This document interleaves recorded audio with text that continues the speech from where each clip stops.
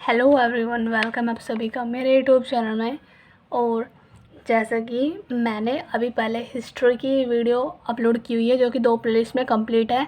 और जो भी एसएससी जितने भी एग्ज़ाम कंडक्ट कराती है जैसे कि एमटीएस हो गया, सीपी हो गया, सीजीएल हो गया, स्टेनोग्राफर हो गया, है ना, तो उन सब के लिए ठीक है वो मोर देन सफिशिएंट है। हिस्ट्री वाली प्लेलिस्ट भी अब मैं कर रही हूँ पॉलिटी स्टार्ट, जो कि ये आई थिंक आज ही कवर हो जाएगी सारी कंप्लीट एक ही वीडियो में, या फिर 2 वीडियो आ सकती है इसकी, ठीक है, क्योंकि ये भी थोड़ा सा लेंथी है।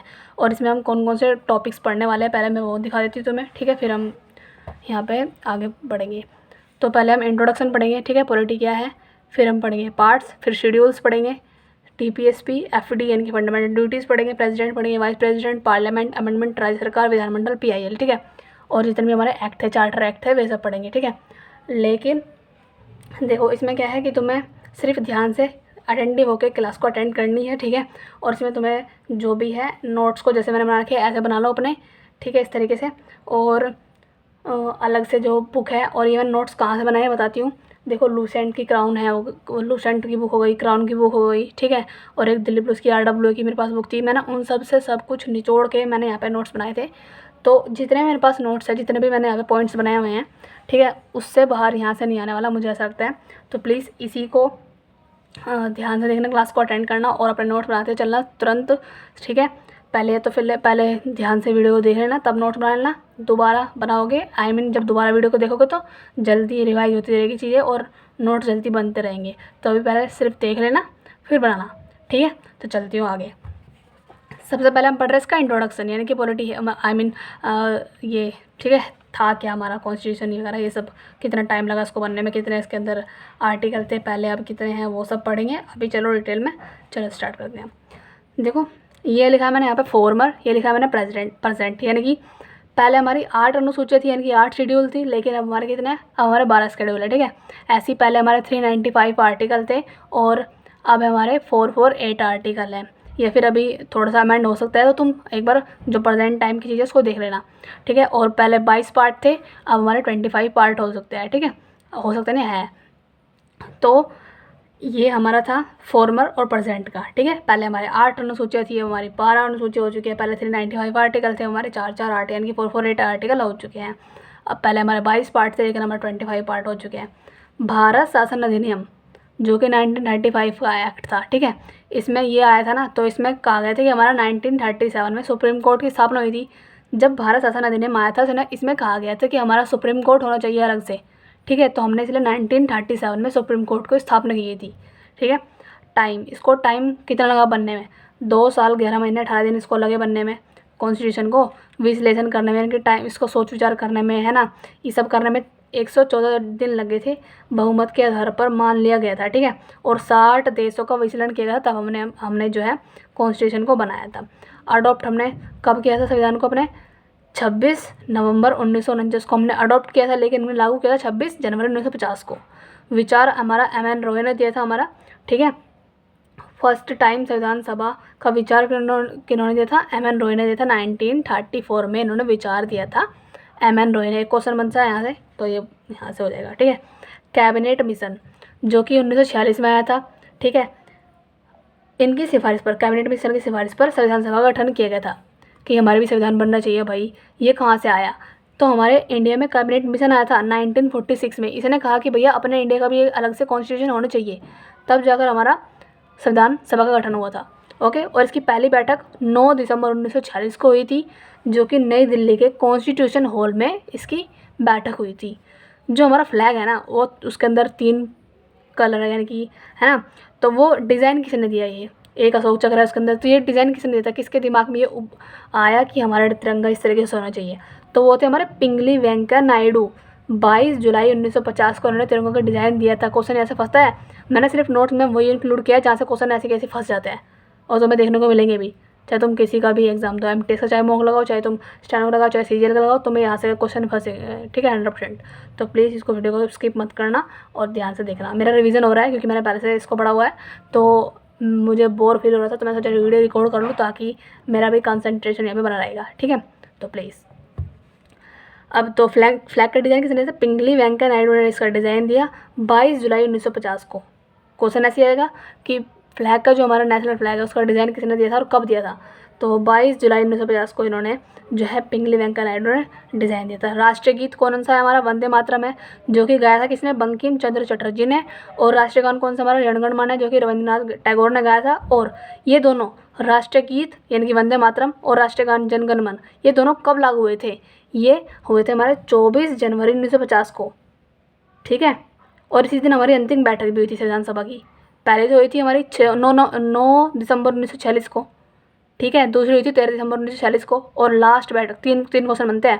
पहली बैठक कब हुई? 9 दिसंबर 1946 को। दूसरी बैठक कब हुई? 13 दिसंबर 1946 को। और लास्ट बैठक कब हुई? 24 जनवरी 1950 को। यानी कि जब संविधान लागू होता है ना हमारे 26 जनवरी 1950 को, उससे 2 दिन पहले ही हमारी राष्ट्रीय गीत और राष्ट्रीय गान भी लागू हुए थे और अंतिम बैठक भी हुई थी, ठीक है। ये क्वेश्चन बनते हैं यहाँ से। अब हमारे संविधान में मेंबर कितने थे? देखो भाई, टोटल मेंबर थे हमारे 389 मेंबर थे। अब ये किस किस तरीके से डिवाइड है देखो। मनोनीत ये थे हमारे कांग्रेस के 292 तो थे कांग्रेस के मेंबर्स में, हमारे कॉन्स्टिट्यूशन में सिर्फ कांग्रेस के 292 मेंबर थे, ठीक है। और 93 मेंबर थे निर्वाचित, जो कि देशीय रियासत थी ना पहले हमारी, उनमें से हमारे चुने गए थे। और 4 थे हमारे ब्रिटिश गवर्नमेंट से, ठीक है। तो इस तरीके से हमारे 389 टोटल मेंबर थे हमारे संविधान में, ठीक है। जिसमें से 292 तो सिर्फ कांग्रेस के थे और 93 देशी रियासतों से थे और 4 ब्रिटिश गवर्नमेंट से थे, ठीक है। अब हम पढ़ रहे हैं अडोप्टेड, यानी कि जो जो चीज़ें हमने अडोप्ट की है किसी और देश से, ठीक है। तो पहले हमने प्रस्तावना हमने अमेरिका से लिया है, लेकिन प्रस्तावना जो ये वर्ड है ना, प्रस्तावना जो ये वर्ड है, ये लिया है हमने USSR से। और जो प्रस्तावना के अंदर जो भी लिखा हुआ है, जो वो लैंग्वेज लिखी हुई है, वो लैंग्वेज लिया हमने ऑस्ट्रेलिया से। 3 क्वेश्चन बनते हैं। प्रस्तावना कहाँ से ली गई है? अमेरिका से, ठीक है। और प्रस्तावना जो वर्ड है ना, प्रस्तावना, ये वर्ड लिया हमने USSR से, लेकिन प्रस्तावना की जो वर्ड लैंग्वेज है वो हमने ऑस्ट्रेलिया से लिया है। तीनों क्वेश्चन है, तीनों बहुत अलग अलग है, तो तीनों पर फोकस करना बोल के रही हूँ मैं। प्रस्तावना जो भी है हमारी, है ना, वो हमने अमेरिका से लिया है, लेकिन इसका वर्ड हमने USSR से लिया है। और जो लैंग्वेज है वो हमने ऑस्ट्रेलिया से लिया है। लेकिन और भी हमने अमेरिका से क्या क्या लिया है?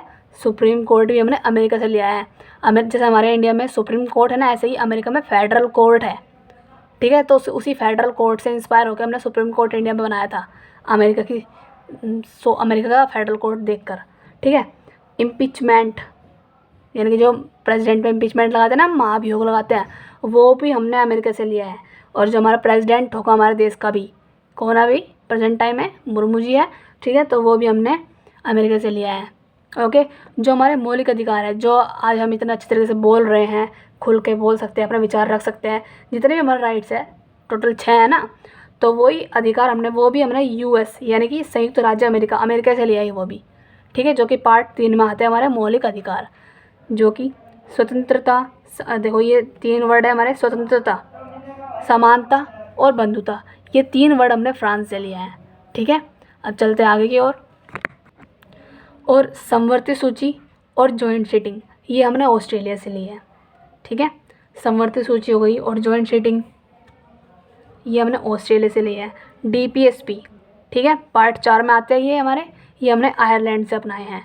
संघीय व्यवस्था और राज्यपाल का शासन और अपॉइंटमेंट, ये हमने कनाडा से लिया है। क्वेश्चन ऐसे कैसे फंस जाएगा यहाँ से कि संघीय व्यवस्था हमने कौन से देश से अपनाई है? तो कनाडा से। राज्यपाल का शासन हमने कहाँ से लिया है? तो कनाडा से। नियुक्ति कहाँ से ली राज्यपाल की? वो भी हमने कनाडा से ही अपनाई है, ठीक है। फंडामेंटल ड्यूटीज़, जैसे फंडामेंटल राइट्स हमने अमेरिका से लिए हैं, लेकिन फंडामेंटल ड्यूटीज़ हमने रसिया यानी कि USSR से हमने लिए है, और जो कि पार्ट 4A में आते हैं। गणतंत्र वर्ड हमारा फ्रांस से लिए गए हैं। 4 वर्ड हो गए हमारे, कौन कौन से? समानता, बंधुता और गणतंत्र, ये चारों वर्ड हमने फ्रांस से लिए हैं, ठीक है। अमेंडमेंट, जो हम संविधान में संशोधन, टोटल कितने हुआ? अभी 106 अमेंडमेंट हुए हैं, ठीक है। तो ये अमेंडमेंट हमने कहाँ से लिया है? ये भी हमने साउथ अफ्रीका से लिया है, ठीक है। कि संविधान में कुछ ना कुछ, संविधान में मतलब कुछ ना कुछ तो संशोधन होना चाहिए, तो ये भी हमने साउथ अफ्रीका से अपनाया है।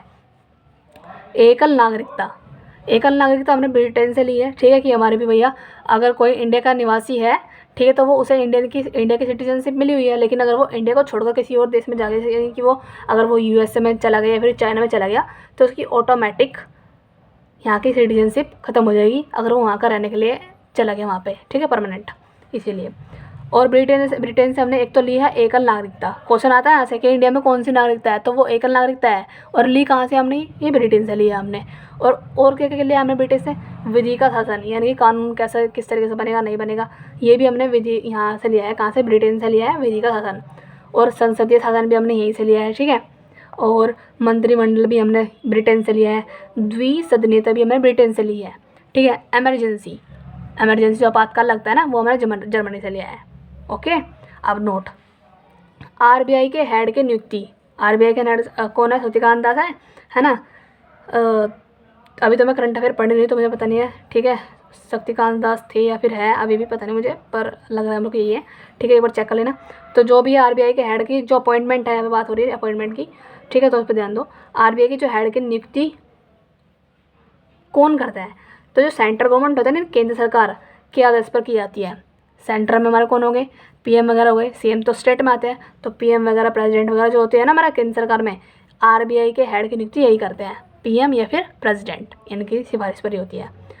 अब देखो, फंडामेंटल ड्यूटीज़, जो कि 42वां कॉन्स्टिट्यूशन अमेंडमेंट होता 1976 में, ठीक है, पार्ट 4A इसमें ऐड किया गया था, ठीक है। और 1976 में 10 फंडामेंटल ड्यूटीज़ थे, लेकिन 1986 में 11वां ऐड किया गया, ठीक है। जो कि 11वां फंडामेंटल ड्यूटी कौन सी हमारी, 6 से 14 साल के बच्चों को निःशुल्क शिक्षा प्रदान करना, ये वाली, ठीक है। तो ये कब होता, 11वां, 10 थे पहले हमारे 1976 में, लेकिन 10 साल बाद ही, ठीक है, 86 की बात हो रही है ना यहाँ पे, 11वां फंडामेंटल ड्यूटी ऐड की गई थी, ओके। कौन से अमेंडमेंट के थ्रू, 42वां कॉन्स्टिट्यूशन अमेंडमेंट होता 1976 में होता, इसके थ्रू ये ऐड की गई थी, ओके। और आते किस में हमारे फंडामेंटल ड्यूटीज़, पार्ट 4A में आते हैं बस। अब देखो पार्ट 5, इसमें हम पढ़ेंगे कार्यपालिका, ठीक है। कार्यपालिका का कौन कौन से अंग हमारे, प्रेसिडेंट, वाइस प्रेसिडेंट, पीएम, मंत्रिमंडल, एजी, यानी कि इसको बोलते हैं अटॉर्नी जनरल, इंडिया के सर्वोच्च न्यायाधिकारी होते हैं। ये सब कौन है, ये कार्यपालिका का अंग है। इन सबको मिलाकर हमारा कार्यपालिका बनती है, ओके।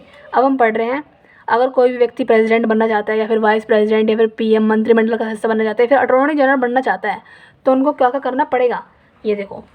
नामांकन दाखिल करने की प्रक्रिया क्या है हमारी, 50 तो हमारे होनी चाहिए प्रस्तावक, यानी कि प्रस्तावक मतलब जो प्रस्ताव रखते हैं अपना अपना, कि हाँ भाई ये पीएम बनने लायक है, या फिर ये प्रेसिडेंट बनने लायक है, या फिर वाइस प्रेसिडेंट बनने लायक है, ठीक है, तो हम साइन कर दे रहे हैं। लेकिन 50 होते हैं अनुमोदक, ये करते हैं, ये प्रस्ताव पर साइन करते हैं, ये तो प्रस्ताव रखते हैं कि हाँ ये बनना चाहिए। जैसे मैंने 4-5 कैंडिडेट खड़े कर दिए, निकिता, सुमिति वगैरह ये सब खड़े कर दिए मैंने, ठीक है, श्वेता वगैरह सब, तो इनमें से 50 तो कहेंगे कि भैया निकिता बनना चाहिए, ठीक है। और जिसकी ज़्यादा वोट होगी, यानी कि निकिता बनेगी, फिर श्वेता बनेगी, फिर सुमिति बनेगी, फिर कोई भी बनेगी, निकिता वगैरह जो भी बनेगी, ठीक है, इस तरीके से। और 50 साइन कर दिए, 50 ने उस प्रस्ताव पर साइन कर दिया कि भैया श्वेता की ज़्यादा वोट आ रही है, और श्वेता पर साइन भी हो रहा है ज़्यादा, तो भैया तो इसके चांस ज़्यादा है श्वेता के, ठीक है। और ये श्वेता क्या करेगी, 15,000 रुपये आरबीआई के पास जमानत के रूप में जमा कर देगी। अगर श्वेता जीत जाती है तो 15,000 रुपये इसके पास ऑटोमेटिक हो जाएंगे, लेकिन अगर हार गई तो ये 15,000 रुपये आरबीआई अपने पास जब्त कर लेगी, ठीक है। ये प्रोसेस है किसी भी प्रेसिडेंट बनने का, या फिर वाइस प्रेसिडेंट बनने का, या फिर पीएम बनने का, समझ में आया। अब आगे चलते हैं। और चुनावी पद पर खड़े होने के रूल क्या है हमारे, कौन है वो जो चुनाव यानी कि इलेक्शन के पद पर खड़ा हो सकता है। एक तो उसकी एज होनी चाहिए 35 साल, ठीक है। मैं यहाँ पे सीएम की एज नहीं बता रही, मैं यहाँ पे किसकी एज बता रही हूँ, कार्यपालिका की एज, जो कार्यपालिका का अंग है, यानी कि प्रेसिडेंट, वाइस प्रेसिडेंट और अटॉर्नी जनरल हो गए, ठीक है, और पीएम हो गए, इनकी आयु होनी चाहिए 35 साल। और लाभ के पद पर नहीं होनी चाहिए, यानी कि कोई भी गवर्नमेंट सर्विस में ये काम ना करते हो, जैसे कि ये टीचर हो, डॉक्टर ये होंगे, तो ये इलेक्शन के पद पर खड़े ना हो, ठीक है, लाभ के पद पर ना हो। भारत का नागरिक जन्म से, इसको भारत का नागरिक होना चाहिए, ठीक है। किसी केस में गिरफ्तार ना हुआ हो, ठीक है, कोई केस इसके पास कोई इसके ऊपर केस ना लड़ा जा रहा हो, ठीक है, इस तरीके से। चुनाव आयोग पढ़ रहे हैं हम। चुनाव आयोग का काम क्या है, प्रेसिडेंट, वाइस प्रेसिडेंट, राज्य विधानसभा के चुनाव, लोकसभा के चुनाव, इन सबको कंडक्ट कराता है कौन, चुनाव आयोग। लेकिन जो विधानमंडल है ये सिर्फ पंचायत के चुनाव कराता है, ओके। प्रेसिडेंट के, वाइस प्रेसिडेंट के, राज्य विधानसभा के और लोकसभा के चुनाव कराता है हमारा चुनाव आयोग, लेकिन विधानमंडल सिर्फ पंचायत का चुनाव कराता है। नोट, संविधान में भारत को इंडिया और भारत बोला गया है, ठीक है, तो संविधान हमारा कॉन्स्टिट्यूशन है, उसमें भारत को इंडिया भी बोला गया है और भारत भी बोला गया है। नोट 8वीं अनुसूची में राजभाषा के बारे में बताया गया है, जिसमें से इंग्लिश को राजभाषा का दर्जा नहीं दिया गया है। ठीक है। और फर्स्ट स्वतंत्र और रिपब्लिक, ठीक है, हमारा जो भारत स्वतंत्र हुआ था या फिर रिपब्लिक हुआ था वो कब हुआ था हमारा इंडिया, वो 26 जनवरी 1930 को हुआ था। मतलब ये बनाया गया था, हुआ था 1947 में, लेकिन बनाया कब गया था हमारा स्वतंत्र दिवस और रिपब्लिक डे कब बनाया गया था हमारा, वो 26 जनवरी 1930 को बनाया गया था। कहाँ पे, रावी नदी के तट पर कांग्रेस के लाहौर अधिवेशन में। ठीक है। अगर क्वेश्चन आ गया ना कि पहला स्वतंत्रता दिवस और पहला रिपब्लिक डे कब बनाया गया था, ये बनाया गया था हमारा रिपब्लिक मतलब गणतंत्र, इंडिपेंडेंस नहीं कही मैं, इंडिपेंडेंस भी और रिपब्लिक दोनों दिन मतलब एक दिन बनाया गया था। कब, 26 जनवरी 1930 को, जो कि रावी नदी के तट पर कांग्रेस के लाहौर अधिवेशन में बनाया गया था। संविधान सभा जैसे स्वतंत्रता दिवस मनाते हैं हम 15 अगस्त 1947 को, लेकिन गणतंत्र दिवस मनाते हैं हम 26 तारीख को मनाते हैं, 26 जनवरी को, लेकिन ये दोनों ही पहले एक दिन मनाए गए थे, 26 जनवरी को 1930 को। ठीक है। अब संविधान सभा के जो फर्स्ट अस्थायी यानी कि टेम्पररी जो हेड थे ना वो तो थे डॉक्टर सच्चिदानंद सिन्हा। ठीक है। लेकिन जो परमानेंट थे वो कौन थे, राजेंद्र प्रसाद। आता है क्वेश्चन, अस्थायी थे डॉक्टर सच्चिदानंद सिन्हा, लेकिन जो वो थे परमानेंट थे यानी कि स्थायी थे वो थे हमारे डॉक्टर राजेंद्र प्रसाद, और यही हमारे पहले प्रेसिडेंट थे। ठीक है। संविधान सभा से संबंधित समितियाँ, अब जब संविधान बन रहा था ना तो कुछ समितियाँ भी बनाई गई थी, जैसे कि संघ समिति थी, प्रांतीय समिति थी, प्रारूप समिति थी, संचालन समिति थी।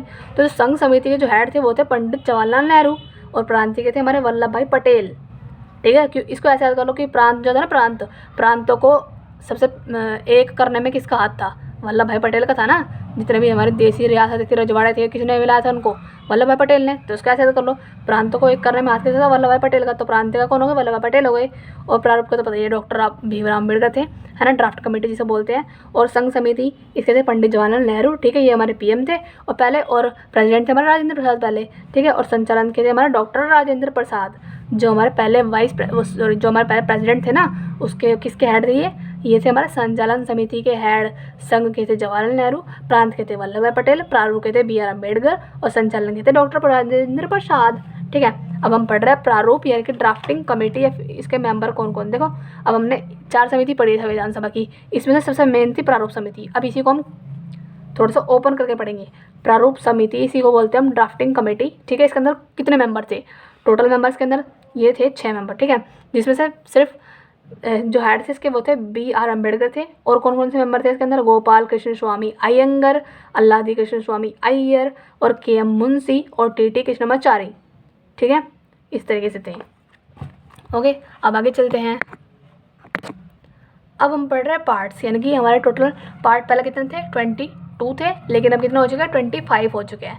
तो अभी हम पढ़ने वाले हैं पार्ट 1 में हम बात करते हैं संघ और उसके राज्य क्षेत्र की, यानी कि हमारा कितना बड़ा संघ होगा और उसका राज्य क्षेत्र यानी कि वो कहाँ तक फैला होगा, कितने इसके अंदर स्टेट वगैरह हो गए सब। तो ये हम पार्ट 1 में पढ़ेंगे। और जो कि ये आर्टिकल है, कहाँ तक आर्टिकल आते हैं इसके अंदर, आर्टिकल 1 से लेकर 4 तक इसके बारे में जिक्र करेंगे पार्ट 1 में हम। पार्ट 2 में हम पढ़ेंगे सिटीजनशिप यानी कि नागरिकता, जो कि आर्टिकल 5 से लेकर 11 तक जिसके बारे में जिक्र किया गया है नागरिकता के बारे में।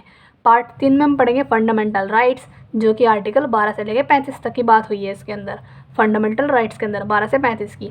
फिर पार्ट 4 में हमारा DPSP है, जिसमें हम आर्टिकल 36 से 51 तक की बात करेंगे। फिर पार्ट 5 में हमारा संघ सरकार है, और पार्ट 6 में भी हमारा है राज्य सरकार, और पार्ट 7 में भी हमारा राज्य सरकार है।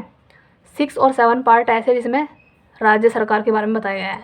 5 में हमारा संघ सरकार है, 8 में हमारा है यूनियन टेरिटरी, और पार्ट 9 में हमारी पंचायत है। पार्ट 9A में है नगर पालिका, जो कि 1992 में ऐड किया गया था। ठीक है, 42वां कॉन्स्टिट्यूशन अमेंडमेंट के थ्रू। ओके, पार्ट 9A हमारा ऐड किया गया था, जिसमें हमारा नगर पालिका के बारे में जिक्र है। पार्ट 10 में हमारा SC/ST के बारे में बताया गया है, और पार्ट 11 में हमारा संघ और राज्य के संबंध बताया गया है। जो हमारा संघ हमारा सेंटर हो गया, इस तरीके से मान लो, सेंटर और जो स्टेट है उनके रिलेशन जो है पार्ट 11 में बताया गया है। पार्ट 12 में हमारा वित्त है, वित्त से रिलेटेड जितनी बात होती है पार्ट 12 में है। और पार्ट 13 में हमारा राज्य का अन्य राज्य से व्यापार संबंध, जैसे दिल्ली का MP से संबंध है ना, कौन सा व्यापार वाला, ट्रैवल वाला, जितने भी हम व्यापार वगैरह कर रहे हो, MP का UP से, UP का दिल्ली से, दिल्ली का हरियाणा से, हरियाणा का पंजाब से, इस तरह के जो भी व्यापार संबंध है वो हम पार्ट 13 में बात करेंगे। लेकिन स्टेट का और सेंटर का किस में, 11 में। ओके, पार्ट 14 में है हमारा UPSC और PSC। पार्ट 14A में है हमारा अधिकरण, ठीक है, यानी कि ट्रिब्यूनल, जो कि हेड होते हैं कौन इसके, सुप्रीम कोर्ट के हेड, जो सीजे होते हैं ना वो इसके हेड होते हैं, किसके, अधिकरण के हेड होते हैं हमारे सुप्रीम कोर्ट के सीजे, जो कि पार्ट 14A में है इसका जिक्र। पार्ट 15A में क्या है हमारा, निर्वाचन आयोग है, ठीक है, और पार्ट 17 में हमारा राजभाषा है, जो कि इसको दिया गया, डीडी को दिया गया इसका, ठीक है।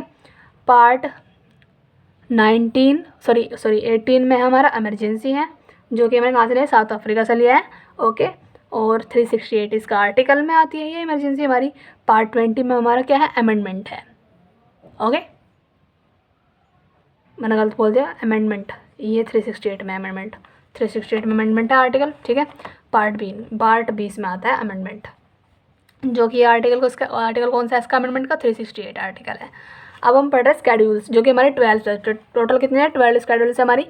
तो हम पढ़ रहे हैं पहले 1, पहली अनुसूची में क्या है हमारा, संघ, राज्यों के नाम तथा उनकी सीमा, ठीक है, यानी कि हमारा कितना बड़ा संघ होगा, कितने उसके अंदर स्टेट होंगे और उनकी सीमा कहाँ तक फैली होगी, ये हमारी पहली अनुसूची बात कर रही है। दूसरी अनुसूची कहती है कि हमारे वेतन भत्ते कितने होंगे, पीएम हो गया, सीएम हो गया, प्रेसिडेंट हो गया, वाइस प्रेसिडेंट हो गए, इनको हम कितने सैलरी देंगे, किस तरीके से इनको सैलरी देंगे ना, वो सब चीज़ें डिसाइड करता है हमारा मतलब शेड्यूल 2, ठीक है।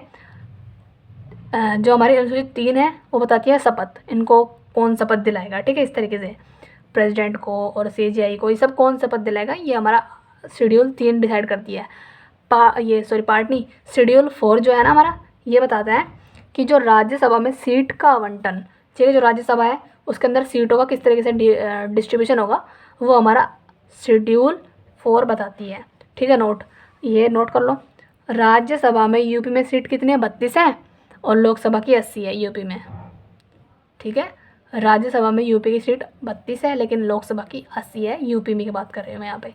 आगे चलते हैं, जो हमारी अनुसूची 5 है, इसमें हमारी अनुसूचित जनजाति क्षेत्र के बारे में बताया गया है, ठीक है। जो भी हमारा ये SC ST वगैरह है वो शेड्यूल 5 में है। और पार्ट की बात करूँ SC ST के, तो वो पार्ट 10 में है। अगर शेड्यूल की बात करूँ तो पार्ट 5 में है, ठीक है। और 6 में हमारा अनुसूची बताती है कि 80 mm असम, त्रिपुरा, मेघालय, मिजोरम, है ना, ये सब बने थे स्टेट, तो ये आर्टिकल नहीं, आई मीन शेड्यूल 6 में है। फिर शेड्यूल 7 बोलता है हमारा कि केंद्र और राज्य के बीच तथ्यों का विभाजन, यानी कि स्टेट के पास इतने ये होंगे, तथ्य होंगे, फैक्ट होंगे, और सेंटर के पास इतने होंगे, तो ये सब कौन डिस्ट्रीब्यूशन करता है, शेड्यूल 7। शेड्यूल 8 में हमारा क्या है, राज्य भाषा है, ठीक है।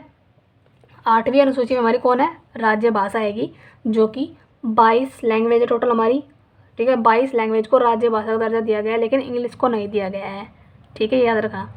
9वीं अनुसूची में हमारा भूमि सुधार है, ये 4 क्वेश्चन फंसते हैं यहाँ से। 9वीं अनुसूची में हमारे भूमि सुधार के बारे में बताया गया है, 10 में दल बदल बताया गया है, और 11 में ग्राम पंचायत बताया गया है, और 12वीं अनुसूची में नगर पालिका का जिक्र है। 9वीं अनुसूची में भूमि सुधार, 10वीं अनुसूची में दल बदल, 11वीं अनुसूची में ग्राम पंचायत, 11 ग्राम, इसको ऐसे याद कर लो, 12वीं में नगर पालिका। बस खत्म, हमने पार्ट भी पढ़ लिया, हमने शेड्यूल भी पढ़ ली। अब हम पार्ट को थोड़ा सा ओपन करके पढ़ेंगे। देखो पार्ट 1 में क्या है, संघ और उसके राज्य क्षेत्र, ठीक है, ये तो पढ़ेंगे हम। अब ये तो पढ़ के आए थे हम, पार्ट 1 में हमने पढ़ा था संघ और उसके राज्य क्षेत्र। अब इसी को हम थोड़ा सा डीपली पढ़ेंगे। देखो ये रहा, पार्ट 1 में बताया गया कि संघ और उसके राज्य क्षेत्र पढ़ेंगे हम, और जो कि आर्टिकल 1 से लेकर 4 तक का जिक्र किया गया इसमें। तो अभी हम आर्टिकल 1 को ही पढ़ते हैं। आर्टिकल 1 कहता है कि भारत राज्यों का संघ है तथा संघ से अलग होने की अनुमति राज्य को संविधान द्वारा नहीं दी गई है, ठीक है। भारत जो है ना, भारत वो राज्यों का संघ है, और ये अपने संघ से अलग नहीं हो सकता, ठीक है। ये संविधान से अनुमति नहीं मिली है इसको, ये कहा गया आर्टिकल 1 में। आर्टिकल 2 कहता है कि सीमा का विस्तार कर सकते हैं हम, जैसे कि मैंने बोला कि भैया दिल्ली को हम थोड़ा सा और बढ़ाना चाहते हैं, ठीक है। दिल्ली जो हरियाणा का कुछ पार्ट है ना, वो हम दिल्ली में इंडल्ज करना चाहते हैं, ठीक है, मैंने ऐसा बोल दिया, तो ये संविधान में है कि हाँ हम कर सकते हैं इसको, ठीक है। फिर आर्टिकल 3 कहता है कि स्टेट में भी स्टेट के नेम में चेंज कर सकते हैं हम, जैसे दिल्ली का नाम, मैं अभी जो है दिल्ली का नाम दिल्ली का कर सकती हूँ, ठीक है। इस तरीके से आर्टिकल 3 के थ्रू हम नेम, स्टेट के नेम में भी चेंज कर सकते हैं, ओके। और आर्टिकल 4 कहते हैं कि पार्लियामेंट नेम में और लैंड में भी चेंज कर सकती है। आर्टिकल 4 के थ्रू हम, जो संसद है ना हमारी संसद, वो किसी भी स्टेट के नाम में चेंज कर सकती है, और स्टेट जैसे दिल्ली छोटी सी है, थोड़ी सी हम उसको और बढ़ा सकते हैं। मैंने बोला था ना हरियाणा का कुछ पार्ट हम दिल्ली में अगर इंडल्ज करना चाहे तो वो हो सकता है। कौन करता है? पार्लियामेंट करती है। लेकिन किसके द्वारा? संविधान में लिखा है, इसलिए तो कर सकते हैं बस। तो ये आर्टिकल याद करना। आर्टिकल 1 कहता है कि भारत राज्य का संघ है और संघ इसको जो है संघ से अलग होने की अनुमति नहीं है। आर्टिकल 2 कहता है सीमा का विस्तार हो सकता है इसका। आर्टिकल 3 कहता है स्टेट में हम कर सकते हैं हम चेंज। और आर्टिकल 4 कहता है कि हम पार्लियामेंट जो है हमारी स्टेट में और लैंड में भी चेंज कर सकती है। ठीक है, अब हम पढ़ रहे हैं पार्ट 2 जी के, हम पढ़ रहे हैं सिटीजनशिप।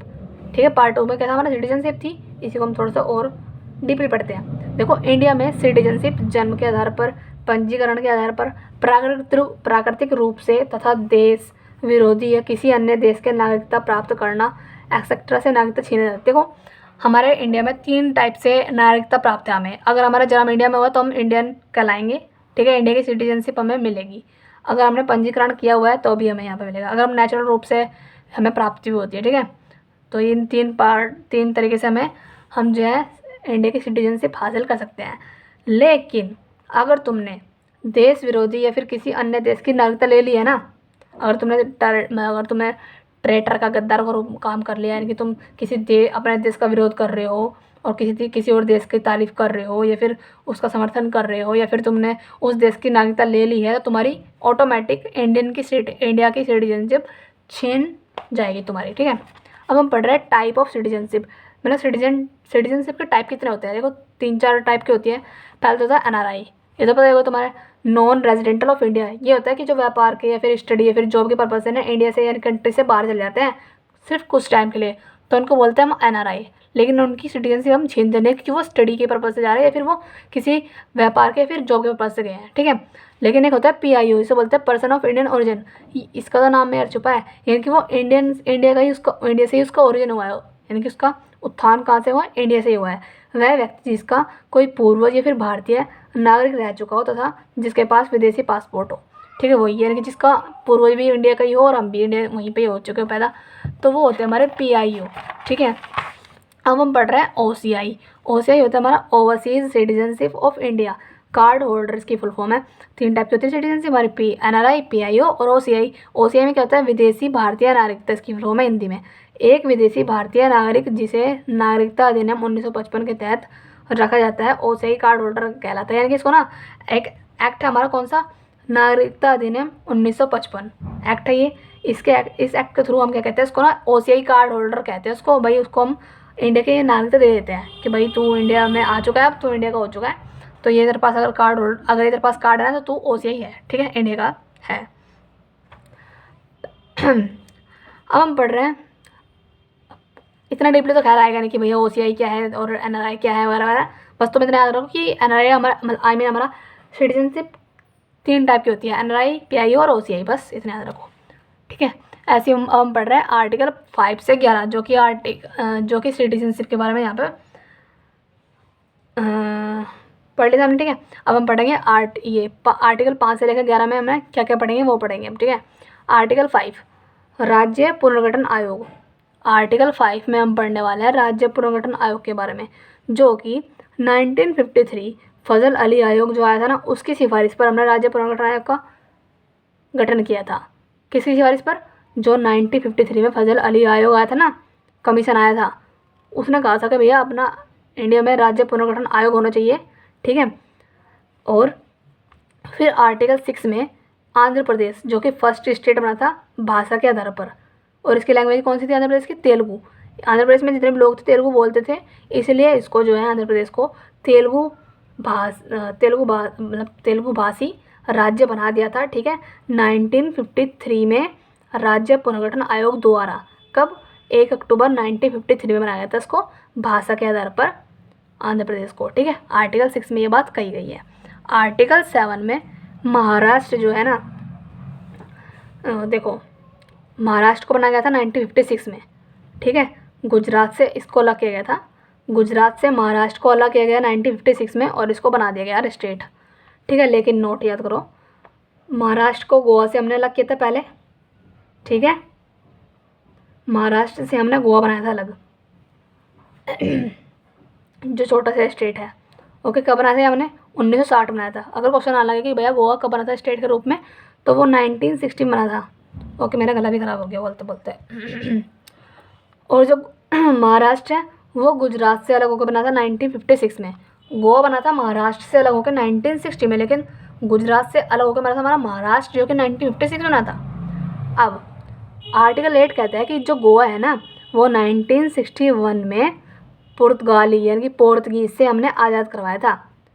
बन तो गया था गोवा स्टेट 1960 में, किससे? महाराष्ट्र से अलग होके, लेकिन इसके अंदर जो पुर्तगाली थे ना उन्होंने इसको कब्जा किया था इसके ऊपर।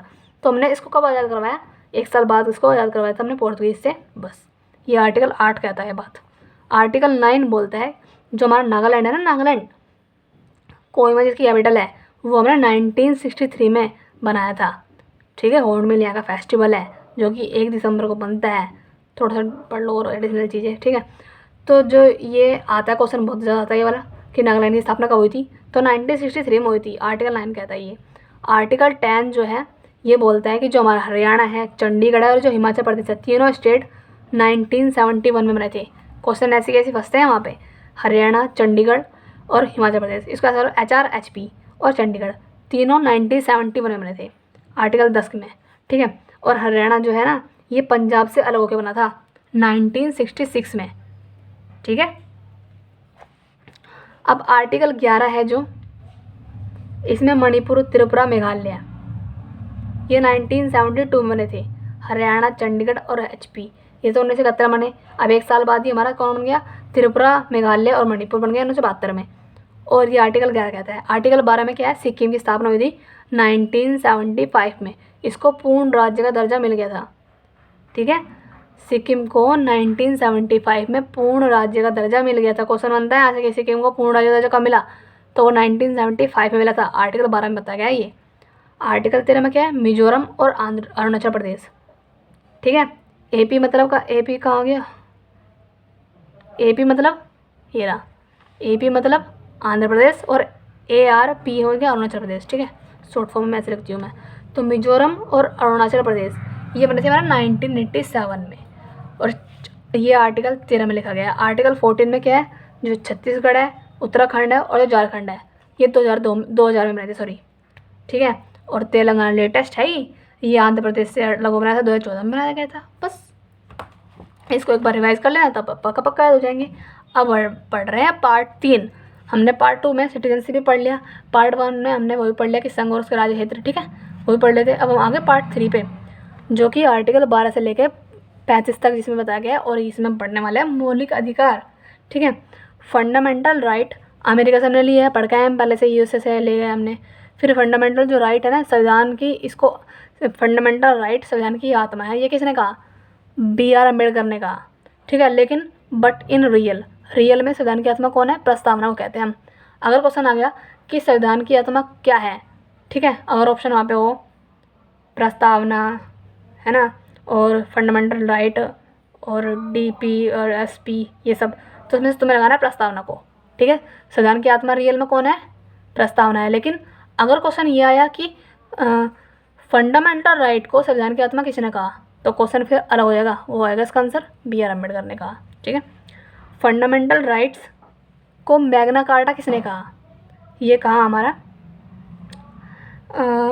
फंडामेंटल राइट्स को किसने कहा? मैग्ना कार्टा ये नहीं इंपॉर्टेंट है, ये है कि फंडामेंटल राइट्स को क्या कहा जाता है, मैग्ना कार्टा के रूप में भी जाना जाता है इसको। ठीक है, और ये पार्ट 3 में जिक्र है इसका। ठीक है, फंडामेंटल राइट्स का। और आर्टिकल 12 से 35 के बारे में जिक्र है यहाँ पे, तो अब हम इसी को पढ़ेंगे। ठीक है, फंडामेंटल राइट्स हमारे 6 प्रकार के हैं, टोटल 6 हैं, 6 प्रकार के नहीं 6 हैं। समता का अधिकार जो कि आर्टिकल 14 से लेकर 18 में बताया गया है। स्वतंत्रता का अधिकार जो कि 19 से 22 में बताया गया है। शोषण के विरुद्ध अधिकार वो है 23 से 24 में। और ये हमारा धार्मिक स्वतंत्रता का अधिकार जो कि 25 से 28 में है। और सांस्कृतिक और शिक्षा का अधिकार 19 से 30 में है। और संवैधानिक उपचारों का अधिकार जो कि है आर्टिकल 32 में, जो कि रिट जारी करता है सुप्रीम कोर्ट द्वारा। ओके, अब हम पढ़ने वाले हैं पहला अधिकार जो कि है समता का अधिकार। आर्टिकल 14 से लेकर 18 तक इसमें बात की गई है। तो आर्टिकल 14 बोलता है कि ऑल सेम, सब सेम है, नो डिस्क्रिमिनेशन, कोई भेदभाव नहीं है। ठीक है, लेकिन आर्टिकल 15 बोलता है कि कानून की नज़र में सब सेम है। यहाँ तो सब सेम है, 14 तो बोल रहा है कि सब सेम है, कोई भेदभाव ना करो, लेकिन 15 बोलता है कि कानून की नज़र में सब समान है। और 16 बोलता है सभी धर्मों को गवर्नमेंट जॉब में स्वतंत्रता है, ठीक है, चाहे वो कोई भी धर्म का हो, मुस्लिम हो, पर्शियन हो, ठीक है, और हिंदू हो, कोई भी हो, 16 के आर्टिकल के थ्रू गवर्नमेंट जॉब में अप्लाई कर सकता है, ठीक है, या फिर कोई भी जॉब में, जरूर नहीं गवर्नमेंट हो, कोई भी जॉब में।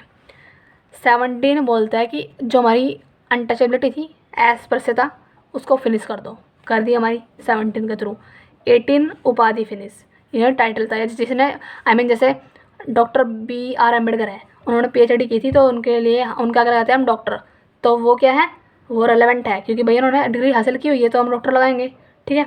लेकिन 18 में ये कहा गया कि जिसने डिग्री हासिल नहीं की गई और जो टाइटल लगाता है ना अपने आप ही डॉक्टर वगैरह कुछ भी लगाता है, अगर उसने डिग्री हासिल नहीं की है तो भैया उसको समाप्त करो, ठीक है।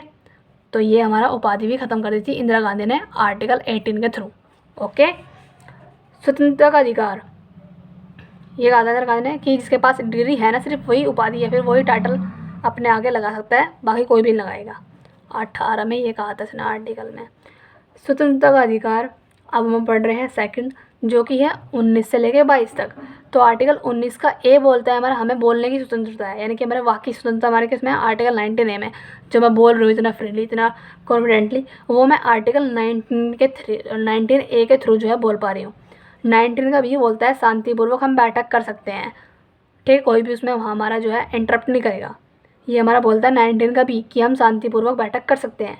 और 19 का सी बोलता है हमारा कि जो संघ और सहकारी समिति हम बना सकते हैं, ठीक है।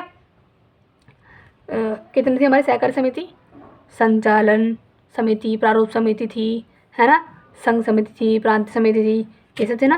तो ये समितियाँ हम 19 सी के थ्रू बना सकते हैं।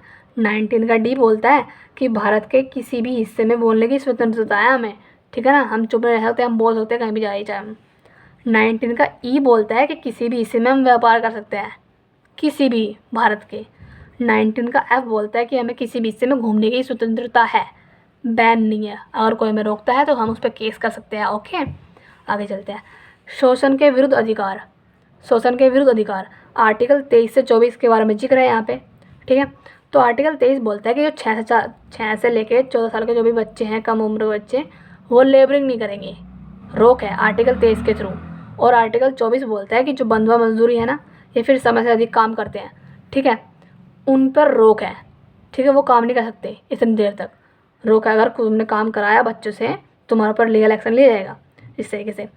अब हम पढ़ रहे हैं धार्मिक स्वतंत्रता का अधिकार, ठीक है। 3 तो पढ़ लिया हमने आर्टिकल, आर्टिकल कह रही हूँ, राइट्स, ठीक है। तो हम पढ़ रहे हैं 4, हमारा राइट कौन सा है, धार्मिक स्वतंत्रता का अधिकार, जो कि हमारा 25 से लेकर 28 आर्टिकल के बारे में जिक्र है यहाँ पे। तो 25 आर्टिकल बोलता है कि धर्म का हम अपना प्रचार कर सकते हैं, अगर तुम हिंदू हो मुस्लिम हो तो तुम अपने धर्म का ओपनली प्रचार प्रसार कर सकते हो, ठीक है। 26वां बोलता है हमारा आर्टिकल कि धार्मिक संस्था भी तुम बना सकते हो, ठीक है, अगर तुम्हें कोई मंदिर बनाना है, मस्जिद बनाना है, तुम बना सकते हो, कोई रोक टोक नहीं है।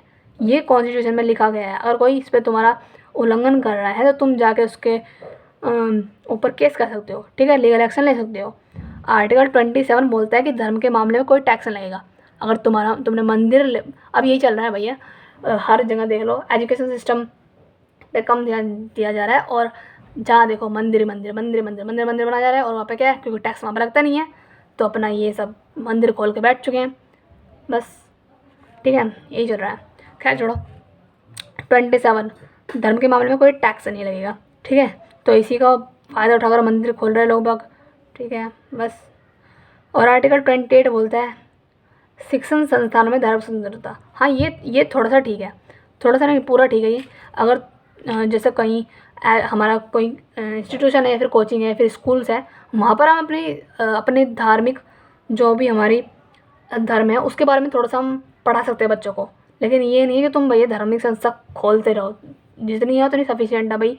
तुम उसको जो अब तुम इतने मंदिर बना रहे हो उसको जगह तुम थोड़े से स्कूल बनाओ, और जितने भी हमारी अभी बहुत सारे बच्चे ऐसे हैं जिनको एजुकेशन नहीं मिल पा रही प्रॉपर्ली, ठीक है, फाइनेंशियल कंडीशन के पास ऐसी है जो कि वो अफोर्ड नहीं कर सकते, ठीक है, प्राइवेट स्कूल्स को, तो गवर्नमेंट स्कूल्स बनाओ, वहाँ पे कराओ अपना प्रचार प्रसार जितना करना है, ठीक है, फ्री में। मंदिर मत बनाओ, तो उसमें पैसा वेस्ट है पूरा। तो मैं बोल रही थी, हाँ, 28 आर्टिकल बोलता है कि शिक्षण संस्थानों में धार्मिक स्वतंत्रता है हमें, ठीक है। अगर हम किसी भी स्कूल में जाते हैं, अगर वहाँ पर टीचर कोई भी हमें धार्मिक अपने किसी भी धर्म के बारे में पढ़ा रहा है तो वो लीगल है। ओके, अब सांस्कृतिक और शिक्षा का अधिकार क्या बोलता है, ये आर्टिकल आता है इसमें 29 से लेकर 30 तक का आर्टिकल आता है इसके अंदर।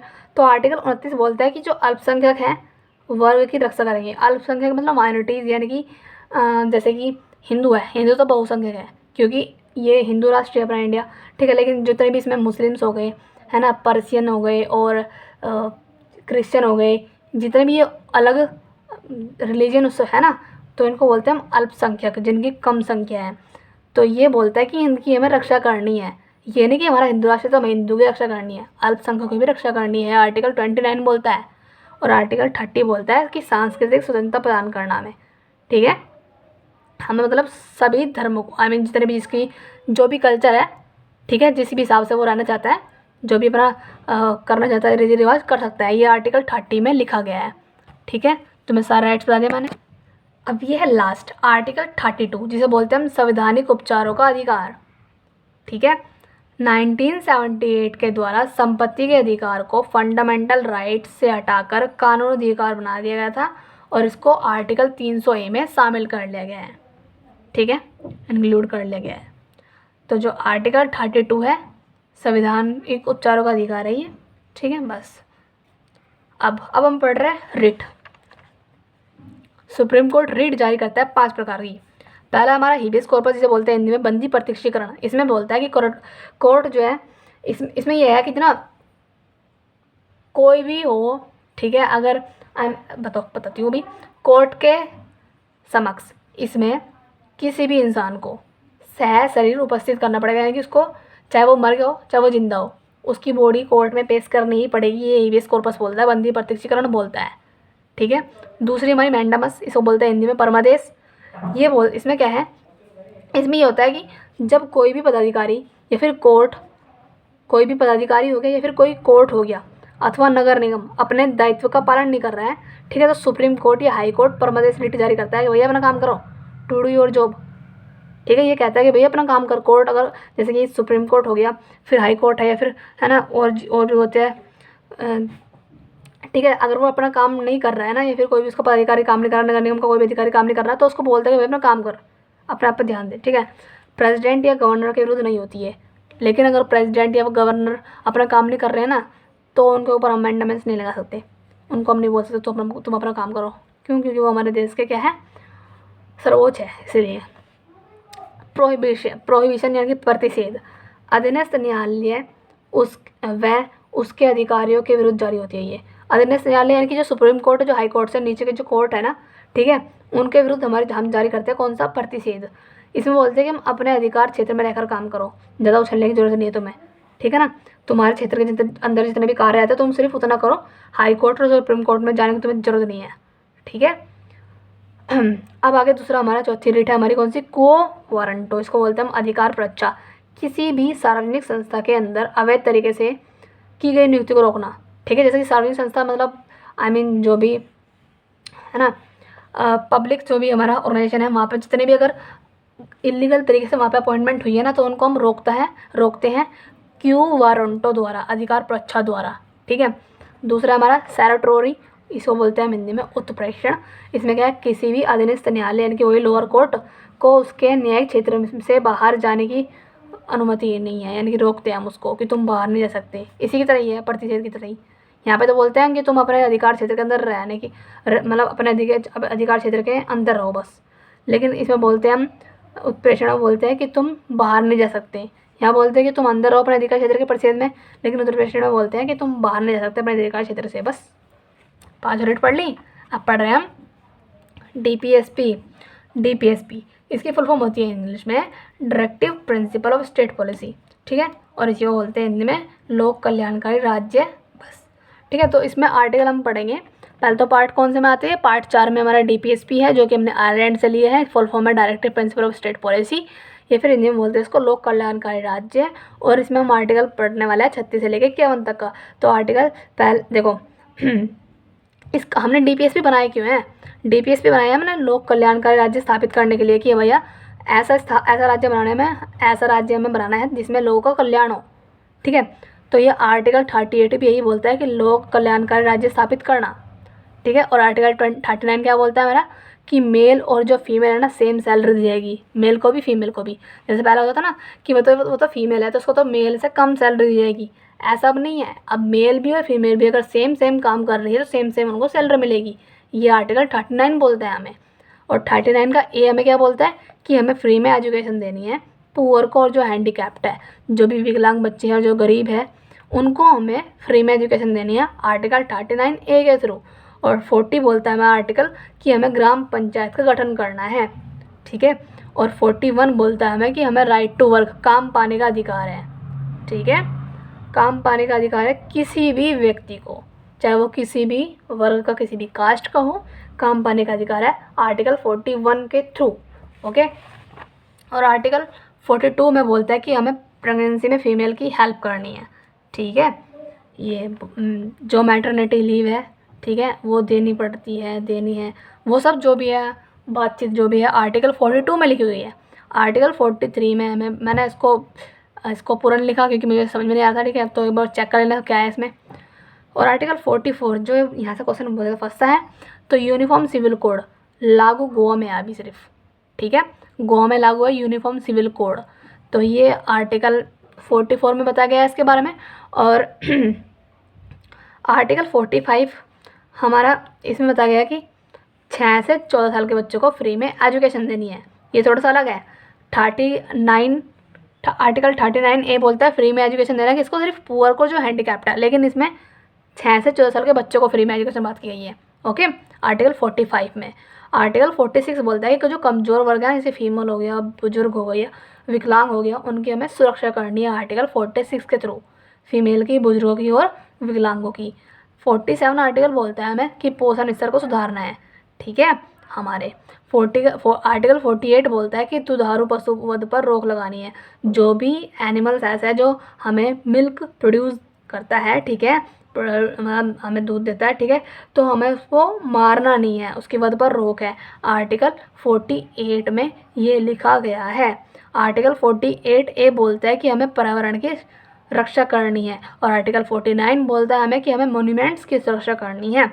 मोन्यूमेंट्स मीन्स जैसे लाल किला हो गया और हमारा कमल मंदिर, लोटस टेम्पल हो गया, ये जितनी हमारी मोन्यूमेंट्स हैं उनकी हमें रक्षा करनी है आर्टिकल 49 के थ्रू। और आर्टिकल 50 बोलता है हमें कि जो हमारी न्यायपालिका है उसको कार्यपालिका से अलग करना।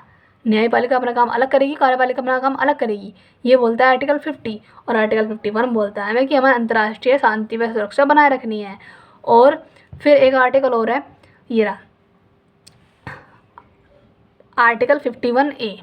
इसमें हमारा क्या है कि 6 से 14 साल के बच्चों को फ्री में एजुकेशन देना, ठीक है। और ये मौलिक कर्तव्य के अंतर्गत आता है, ओके। पार्ट 4 ए, अब हम पढ़ रहे हैं मौलिक कर्तव्य। पार्ट 4 ए में आते हैं हमारे मौलिक कर्तव्य, जो कि आर्टिकल 51 ए है, जिसमें बताया गया है देखो जैसे आर्टिकल अभी हमने आर्टिकल पढ़ के आए सारे हम, तो एक और आर्टिकल हमारा आर्टिकल 51 ए, जिसमें हमारा क्या है कि 6 से 14 साल के बच्चों को फ्री में एजुकेशन देना। अब जो ये क्या है 11 का मतलब है यानी कि हमारी ड्यूटी टोटल अरे यार मैं अटकती बहुत हूँ, जल्दी जल्दी बोल दे रहा हूँ तो कुछ ही बोलती हूँ फिर, सॉरी। तो जो मतलब हमारी फंडामेंटल ड्यूटीज़ हमारी 11 है टोटल। तो जो 11वीं ड्यूटी है ना, और जो फंडामेंटल राइट का 51वां आर्टिकल है ना, जो 51वां ए का जो आर्टिकल है, और जो फंडामेंटल ड्यूटी की 11वीं ड्यूटी है, ये दोनों बोलती है हमें कि 6 से 14 साल के बच्चों को फ्री में एजुकेशन देना। अब समझ में आया ये लाइन में क्या लिखा है मैंने, कि जो एक तो फंडामेंटल राइट्स है हमारे, उसका आर्टिकल 51 का ए, और जो मौलिक कर्तव्य की जो ड्यूटी 11वें नंबर की है ना, ये दोनों बोलते हैं कि मैं 6 से 14 साल के बच्चों को फ्री में एजुकेशन देनी है। अब समझ में आ गया बस। तो ये इतना डीपली नहीं है, पढ़ लो बस एक बार। मौलिक कर्तव्य कौन कौन से हमारे क्या है कि हमें कॉन्स्टिट्यूशन जो हमारा संविधान है, फ्लैग है और जो नेशनल एंथम है, इन सब की रेस्पेक्ट करनी है, सबको पता है, ठीक है। राष्ट्रीय आंदोलन को हर दिन बनाए रखना है। जितने भी आंदोलन अब तक हुए हैं, जिसमें राजगुरु, सुखदेव, भगत सिंह, इन्होंने फांसी खा ली बेचारों ने, ठीक है, इन सबको जितने भी आंदोलन हुए हैं हमारे, उन सबको अपने हार्ट में बसा के रखना है। संप्रभुता, एकता, अखंडता, इनको बनाए रखना है। राष्ट्रीय सेवा में योगदान देना है। समान भाईचारा की भावना रखनी है। अपनी संस्कृति परंपरा को महत्व समझना है। पर्यावरण, वन्य जीव की रक्षा करनी है। वैज्ञानिक दृष्टिकोण का विकास करना है, सार्वजनिक संपत्ति की रक्षा करना है, व्यक्तिगत सामूहिक गतिविधियों को बढ़ावा देना है। और लास्ट वाली ड्यूटी क्या बोलती है हमारी, ये बोलती है कि 6 से 14 साल के बच्चों को फ्री में एजुकेशन देनी है। ओके, अब हम पढ़ रहे हैं पार्ट 5 यानी कि संघ सरकार, जिसे बोलते हैं सेंट्रल गवर्नमेंट। ये कार्यपालिका के अंग है कौन कौन से, प्रेसिडेंट, वाइस प्रेसिडेंट, पीएम, मंत्रिमंडल और अटॉर्नी जनरल। पहले पढ़ के आए थे, दोबारा से पढ़ लो, ठीक है। अब आगे चलते हैं। अब हम पढ़ रहे हैं प्रेसिडेंट। प्रेसिडेंट की नियुक्ति एकल संक्रमणीय पद्धति द्वारा होती है। ओथ, शपथ कौन दिलाता है, सुप्रीम कोर्ट का सीजेआई इनको शपथ दिलाते हैं। टाइम, 5 साल का इनका टाइम पीरियड होता है प्रेसिडेंट का। योग्यता, भारत का नागरिक होना चाहिए, 35 साल इनके आयु होनी चाहिए, लाभ के पद पर नहीं होने चाहिए, लोकसभा में चुने जाने योग्य होने चाहिए, तो ये प्रेसिडेंट बन सकते हैं, ठीक है। निर्वाचन प्रक्रिया निर्वाचन आयोग द्वारा होती है, ठीक है। निर्वाचन आयोग ही प्रेसिडेंट का जो है चुनाव करवाते हैं और 15,000 रुपये आरबीआई के पास रखेगी जमानत के रूप में, ठीक है। जिसके अभी पढ़ गए थे पहले भी, 50 प्रस्तावक होने चाहिए, 85 अनुमोदक होने चाहिए। अब नोट, नेता 2 टाइप के होते हैं, एमपी और एमएलए। एमपी जो होते हैं संसद के सदस्य होते हैं, पार्लियामेंट के सदस्य होते हैं हमारे एमपी, और एमएलए विधानसभा के सदस्य होते हैं, ठीक है। प्रेसिडेंट निर्वाचन 4 चरणों में पूर्ण होता है। जो प्रेसिडेंट का जो इलेक्शन होता है ना, 4 पार्ट में डिवाइड होता है, पूरा होता है। तो अब हम पढ़ रहे हैं चुनाव पार्टिसिपेशन, यानी कि प्रेसिडेंट के जो चुनाव होता है उसमें पार्टिसिपेशन कौन कौन करते हैं, यानी कि जब राष्ट्रपति का चुनाव होता है ना, तो उसमें कौन कौन भाग लेता है। एक तो पार्लियामेंट और विधानसभा के निर्वाचित सदस्य पार्टिसिपेट करते हैं इसमें, ठीक है। कौन, सिर्फ 2 जने, पार्लियामेंट के और विधानसभा, पार्लियामेंट के और विधानसभा के निर्वाचित सदस्य, सिर्फ मनोनीत नहीं, निर्वाचित सदस्य यानी कि चुने हुए। पार्लियामेंट के विधानसभा के निर्वाचित सदस्य ही क्या बोलते हैं इसको, प्रेसिडेंट के इलेक्शन में पार्टिसिपेशन करते हैं। ओके, नोट, 104वां कॉन्स्टिट्यूशन अमेंडमेंट हुआ था 2020 में। इसमें क्या कहा गया था कि जो प्रेसिडेंट, मैं जल्दी जल्दी बोलूँगी कि बहुत चौड़ी यानी कि बहुत लंबी चौड़ी अभी भी इसके नोट्स पड़े हुए हैं और मेरे को कवर करना है एक ही वीडियो में, और 1 घंटे की वीडियो हो चुकी है, ठीक है। तो मैं सोच रही 2-3 घंटे में कवर हो जाएगी पूरी, तो इसलिए जल्दी जल्दी पढ़ रही हूँ, इसलिए थोड़ा सा अटपटांग बोल रही हूँ, तो कोऑपरेट कर लेना, ठीक है। क्योंकि लिखा समझ में आ रहा है ना, बस। क्योंकि और भी सब्जेक्ट है भाई, और अगस्त में हमारा पेपर आ चुका है, कैलेंडर जारी कर दिया है एसएससी ने, तो तुम्हें पता ही होगा, इसलिए हमें भाग रहे हैं। क्योंकि अभी हिस्ट्री पढ़ी है दोबारा से रिवाइज करने के लिए, बायो, फिजिक्स, केमिस्ट्री सब पढ़ने हैं दोबारा से, इसलिए जल्दी जल्दी कर रही हूँ मैं कवर, ओके, क्योंकि फिर मौके भी लगाने हैं।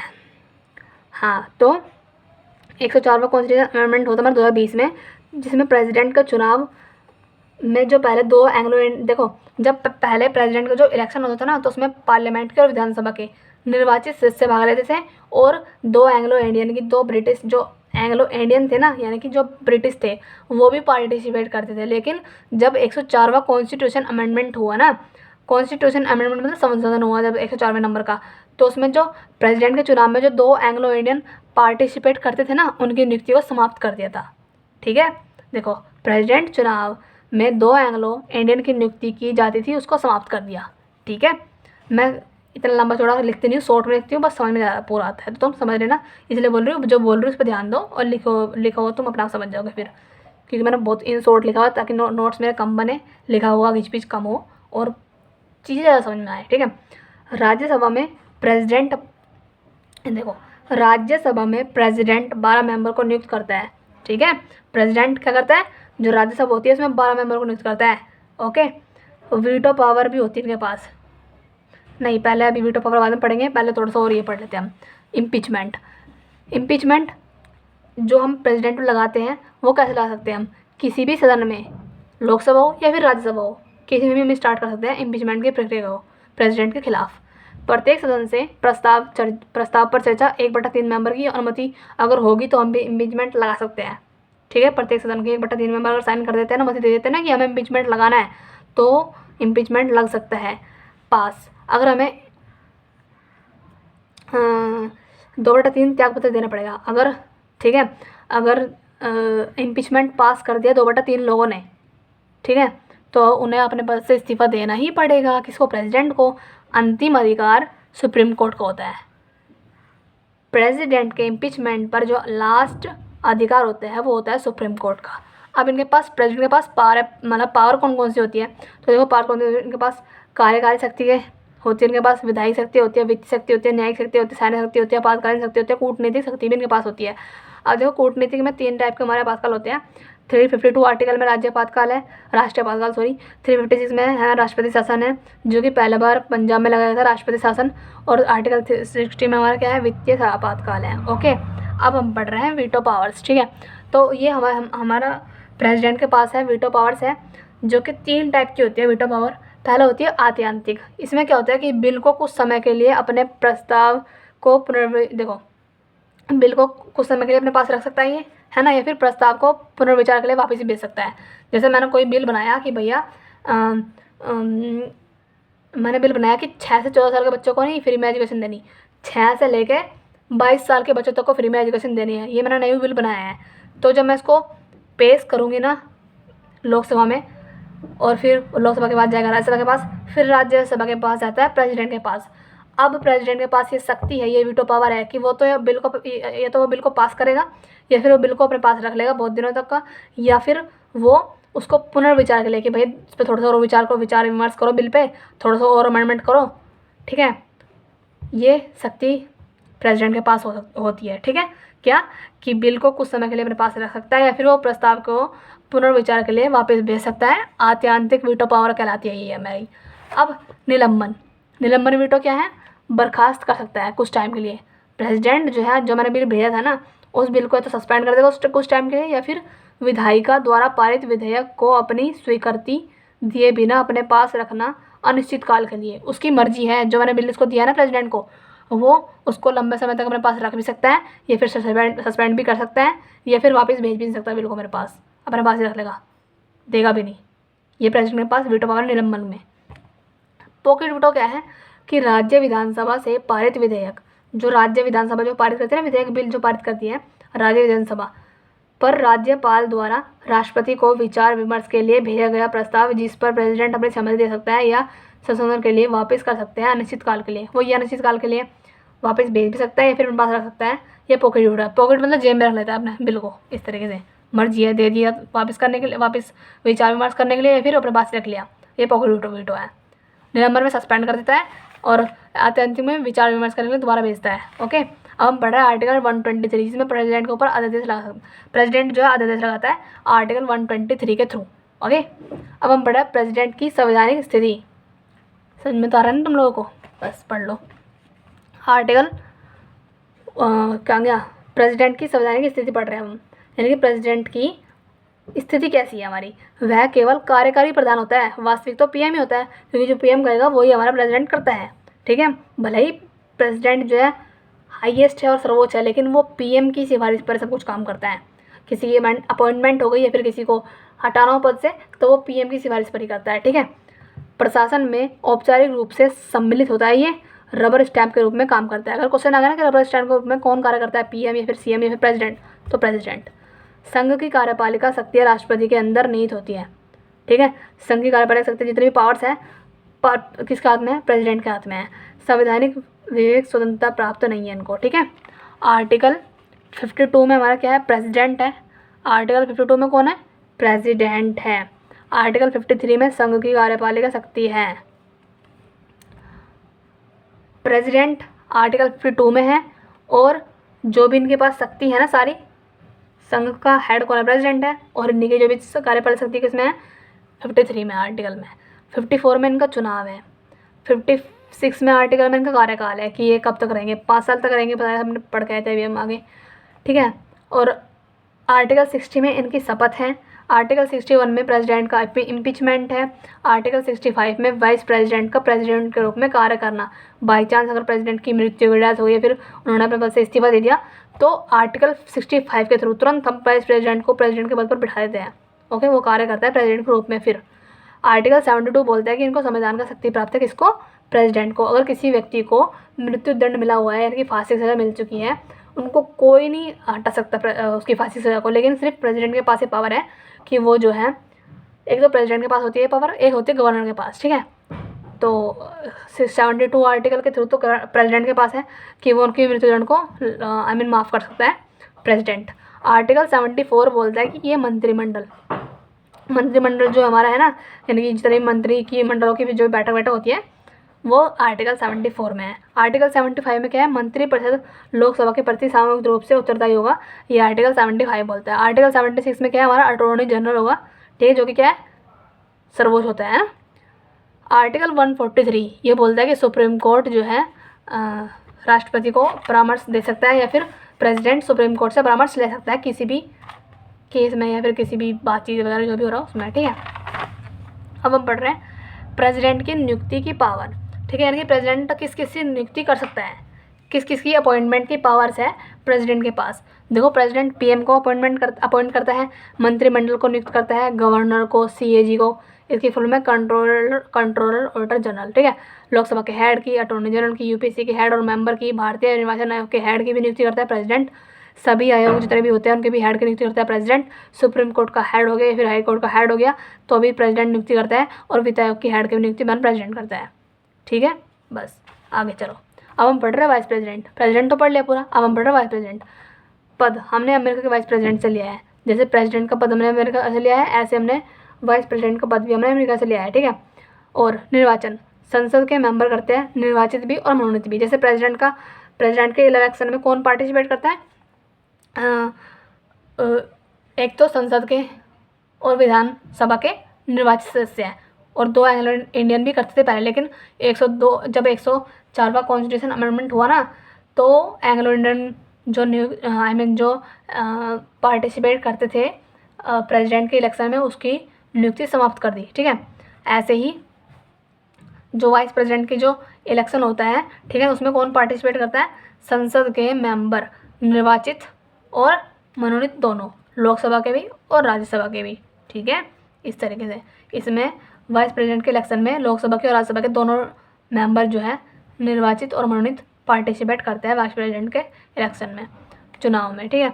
चुनाव जो है इसका होता है अनुपातिक प्रतिनिधि प्रणाली द्वारा, जैसे उसका होता है एकल संक्रमणीय पद्धति द्वारा होता है प्रेसिडेंट का, लेकिन इनका होता है वाइस प्रेसिडेंट का अनुपातिक प्रतिनिधि प्रणाली द्वारा। पद से हटाने के लिए राज्यसभा के मेंबर के 50% मत पर साइन करने चाहिए। अगर राज्यसभा के मेंबर ने 50% मत दे दी ना, तो इनको पद से हटाने की अनुमति मिल जाएगी, हटा सकते हैं इनको पद से। नामांकन, जैसे प्रेसिडेंट बनने के लिए हमें 50,000 रुपये आरबीआई के पास 15,000 रुपये जमा करने पड़ते थे, और 50 प्रस्तावक 50 अनुमोदक थे ना, लेकिन इसमें थोड़े से क्या है, 20 प्रस्तावक है और 20 ही अनुमोदक होने चाहिए, और 15,000 रुपये तो देने पड़ेंगे इनको भी, ठीक है। बस इसमें प्रस्तावक कम है, अनुमोदक भी कम है, उसमें 50 थे प्रेसिडेंट में, इसमें 50, इसमें 20 है। त्याग पत्र देता है अपने प्रेसिडेंट को, ठीक है, जिसे प्रेसिडेंट अपना इस्तीफा देता है सीजीआई को, लेकिन वाइस प्रेसिडेंट किसे को, प्रेसिडेंट को। ओके, आगे चलो। इनके पास कौन कौन सी पावर्स है, प्रेसिडेंट के रूप में 6 मंथ तक रह सकता है ये, ठीक है। अगर प्रेसिडेंट ने अपना इस्तीफा दे दिया, फिर उनको पद पर रह के उनकी डेथ हो गई, तो जो वाइस प्रेसिडेंट है वो 6 महीने तक ना उनके पद पर रह सकता है, प्रेसिडेंट के पद पर, और ये राज्यसभा का मेंबर नहीं होता। क्वेश्चन आता है कि भाई राज्यसभा का मेंबर कौन नहीं होता, तो वाइस प्रेसिडेंट राज्यसभा का मेंबर नहीं होता, ये सभापति के रूप में काम करता है, ठीक है। वेतन में भत्ते की चर्चा नहीं करता ये वाइस प्रेसिडेंट के वेतन के बारे में, ठीक है। यानी कि ये बोल रहा है जो वाइस प्रेसिडेंट का वेतन और जो जो सैलरी है या फिर कोई भी वेतन भत्ते हैं उनके बारे में जिक्र नहीं है। अब हम पढ़ रहे हैं आर्टिकल 63, इसमें वाइस प्रेसिडेंट है। वाइस प्रेसिडेंट कौन से आर्टिकल में, 63 में है। और आर्टिकल 66 में क्या है, चुनाव है हमारा, इलेक्शन किस में है, वाइस प्रेसिडेंट का इलेक्शन हमारा आर्टिकल 66 में है। जैसे आर्टिकल 54 में प्रेसिडेंट का था ना, ऐसे ही आर्टिकल 66 में क्या है, वाइस प्रेसिडेंट का इलेक्शन है, और 67 में इनका कार्यकाल है, और 69 में इनकी शपथ है। अब हम पढ़ रहे हैं नोट। आज़ादी के बाद भारत में 572 देशी रियासतें थी, लेकिन अब कितनी है, 565 है। ओके, आगे चलते हैं। अब हम पढ़ रहे हैं पीएम। प्रेसिडेंट पढ़ लिया, वाइस प्रेसिडेंट पढ़ लिया, पीएम पढ़ रहे हैं अब हम। आर्टिकल 75 में पीएम है, ठीक है, पीएम की नियुक्ति है। आर्टिकल 75 में पीएम के बारे में बताया गया है। लोकसभा और राज्यसभा का मेंबर होता है ये, लेकिन जो वाइस प्रेसिडेंट है वो हमारा राज्यसभा का मेंबर नहीं होता, लेकिन पीएम दोनों का मेंबर होता है, राज्यसभा का भी और लोकसभा का भी, ठीक है। कार्यकाल निश्चित नहीं है इसका, ये कितने ही टाइम तक रह सकता है। नरेंद्र मोदी को देख लो कितना टाइम हो चुका है, ठीक है, इस तरीके से। तो लेकिन जो हमारा प्रेसिडेंट होता है वो सिर्फ 5 साल तक रहता है, ठीक है। पीएम सदन का नेता होता है। पीएम कौन होता है, पीएम सदन का नेता होता है ये। ठीक है। लोकसभा का भी राज्यसभा का भी दोनों का नेता कौन होगा हमारा पीएम होता है। तीनों सेना का प्रमुख कौन होता है, ये होता है पीएम ही। ओके, पावर्स तीनों सेना कौन कौन सी होगी हमारी, जल सेना, थल सेना, वायुसेना, तीनों का प्रमुख कौन होता है, पीएम होता है। लेकिन इसको ये जो है सिफारिश करता है प्रेसिडेंट के पास, तब इसको उसका जो है कार्य जो उसका प्रमुख होता है ना फिर प्रेसिडेंट होता है। वैसे तो कार्यकारी प्रमुख ही है पीएम, लेकिन वैसा प्रमुख नॉर्मल वाला ऐसे ही नाम का वो होता है प्रेसिडेंट। ओके, रियल पीएम होता है तीनों सेना का। पावर्स, अब पीएम के पास पावर कौन कौन सी देखो, सभी मंत्री को अपॉइंट करता है। ठीक है, मंत्री कौन कौन से हो गए, यही डिफेंस मिनिस्टर हो गया है ना, होम मिनिस्टर हो गया, ये सब जितने भी मिनिस्टर हमारे, इनकी नियुक्ति करता है कौन, पीएम करता है, प्रेसिडेंट को सिफारिश करता है। ठीक है, सभी मंत्री को अपॉइंट प्रेसिडेंट की सिफारिश पर करना इसका काम है। मंत्री को हटाना भी प्रेसिडेंट की सलाह पर। ठीक है, ये इसका काम है पीएम का। पद से त्यागपत्र देकर मंत्रिमंडल बर्खास्त सकता है। अगर पीएम ने अपने पद से इस्तीफा दे दिया तो पूरा मंत्रिमंडल बर्खास्त हो सकता है। ठीक है, पद से अपना इस्तीफा देकर मंत्रिमंडल को बर्खास्त करने की पावर के पास है पीएम के पास। एजी यानी कि अटॉर्नी जनरल, सीएजी यानी कि कंट्रोलर ऑडिटर जनरल, यूपीएससी यानी कि union public service commission, CIC यानी कि ये कौन सा हमारा चीफ, इसकी फुल फॉर्म याद नहीं आ रही मेरे को। ठीक है, तो इन तीनों को अपॉइंट कौन करता है, प्रेसिडेंट ही पीएम ही करता है, लेकिन प्रेसिडेंट की सिफारिश पर। नीति आयोग का हेड भी यही होता है, राष्ट्रीय एकता परिषद का हेड भी यही होता है, अंतर्राष्ट्रीय परिषद का हेड भी यही होता है पीएम, राष्ट्रीय जल संसाधन परिषद का हेड भी यही होता है। ठीक है, और सेंट्रल गवर्नमेंट का मुखिया भी यही होता है। बात यहाँ से क्वेश्चन ऐसे फंसेंगे, देख लेना, बहुत ज़्यादा इंपॉर्टेंट है। ठीक है, सेंट्रल गवर्नमेंट का मुखिया भी यही होता है। और एनडीएमए इसको बोलते हैं हिंदी में, राष्ट्रीय आपदा प्रबंधन प्राधिकरण, या फिर इंग्लिश में बोल दो उसको नेशनल डिजास्टर मैनेजमेंट अथॉरिटी। इसका हेड भी यही होता है हमारा कौन, पीएम होता है। और SDMA state disaster management authority का हेड भी होता है हमारा कौन, पीएम ही होता है। और डीडी डिस्ट्रिक्ट में क्या है, डिस्ट्रिक्ट डिजास्टर मैनेजमेंट अथॉरिटी का हेड भी होता है हमारा कौन, पीएम। ओके, ये एनडीएमए, एसडीएमए, डीडीएमए क्या है, राष्ट्रीय आपदा प्रबंधन प्राधिकरण है। बस एन मतलब नेशनल, तो ये हमारी हो गई कहाँ, नेशनल यानी कि सेंटर में, एस मतलब स्टेट, तो वो स्टेट में होगी, डी मतलब डिस्ट्रिक्ट यानी वो दिल्ली और डिस्ट्रिक्ट में होगी। ठीक है, ये दिल्ली में गलती थी, वो लिखो डिस्ट्रिक्ट, जिले में होती है ये। किचन कैबिनेट क्या होता है, इसमें ना जितने भी पीएम के जितने भी फैमिली मेम्बर होते हैं इसके अंदर पीएम के, इसमें कैबिनेट मंत्री तथा पीएम के फ्रेंड्स एंड फैमिली मेम्बर होते हैं, ये मेन डिसीजन लेते हैं। लोकसभा मेंबर सीट कितनी है, 552 है लोकसभा में मेंबर सीट। सेंट्रल गवर्नमेंट में 15% लोग मंत्री बन सकते हैं, और स्टेट में 10% मंत्री बन सकते हैं। ओके, याद रखना, क्वेश्चन आता है कि सेंट्रल गवर्नमेंट में कितने परसेंट लोग मंत्री बन सकते हैं, तो 15%, और स्टेट में 10% बन सकते हैं। अब हम पढ़ रहे हैं मंत्रिमंडल समितियाँ। देखो, मंत्रिमंडल समितियाँ 2 टाइप की होती है, स्थायी समिति और स्थायी समिति। ठीक है, मंत्रिमंडल समिति हमारी 2 टाइप की होती है, स्थायी समिति और स्थायी समिति। और पीएम व किसी भी मंत्रिमंडल को प्रेसिडेंट द्वारा शपथ दिलाई जाती है। पीएम हो गया, फिर कोई भी मंत्रिमंडल का सदस्य हो गया, फिर कोई प्रेसिडेंट हो गया, उनको कौन शपथ दिलाता है, मतलब प्रेसिडेंट को।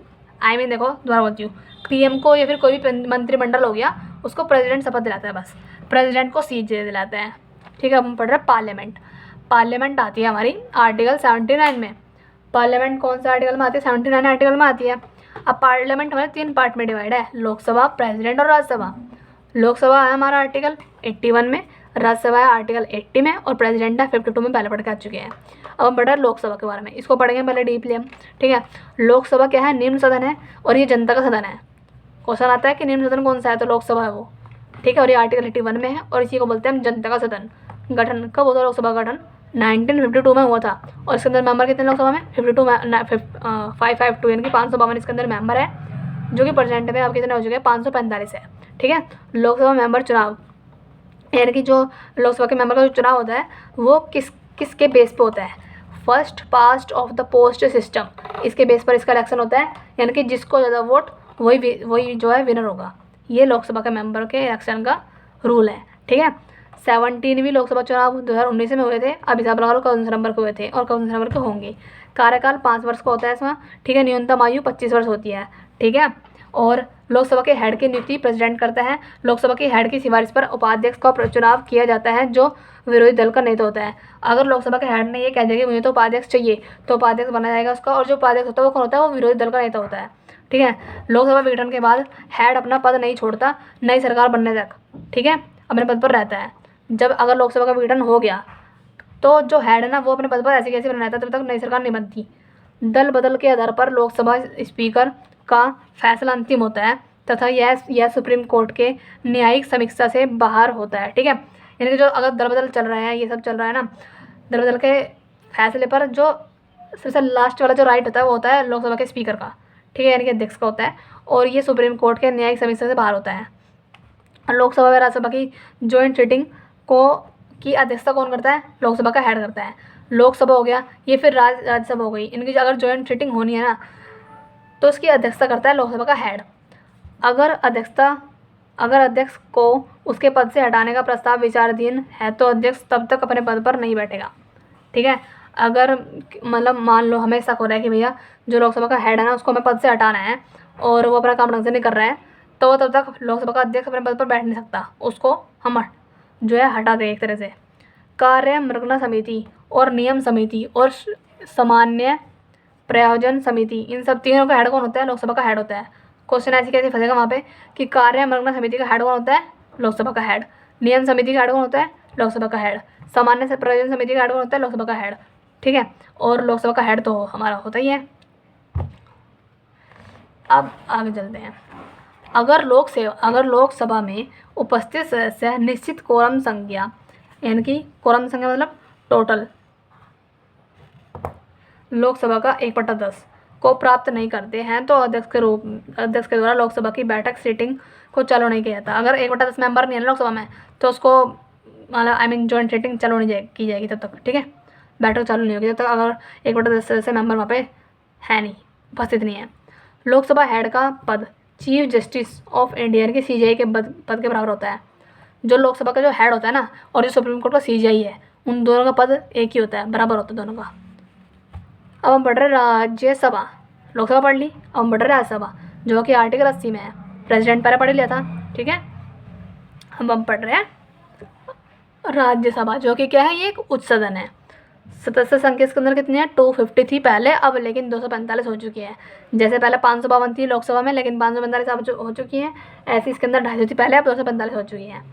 12 मेंबर प्रेसिडेंट द्वारा नॉमिनेटेड होते हैं कला, संस्कृति, विज्ञान आदि के क्षेत्र में। ठीक है, राज्यसभा में 12 मेंबर प्रेसिडेंट नियुक्त करते हैं जो कि कला से रिलेटेड होते हैं, विज्ञान से रिलेटेड होते हैं। ठीक है, और जिन्होंने इनमें हासिल की हो विशेषता उनको नॉमिनेट करते हैं प्रेसिडेंट राज्यसभा के अंदर। गठन हुआ था इसका 1952 में जब लोकसभा का हुआ था। अब हम पढ़ रहे हैं कहाँ गया? चुनाव। प्रत्येक राज्य की विधानसभा द्वारा वह यूनियन टेरिटरी यानी कि जो कि दिल्ली और पुदुचेरी और जम्मू कश्मीर 3 यूनियन टेरिटरी है, ठीक है, के विधानसभा के मेंबर को नॉमिनेट किया जाता है इसमें।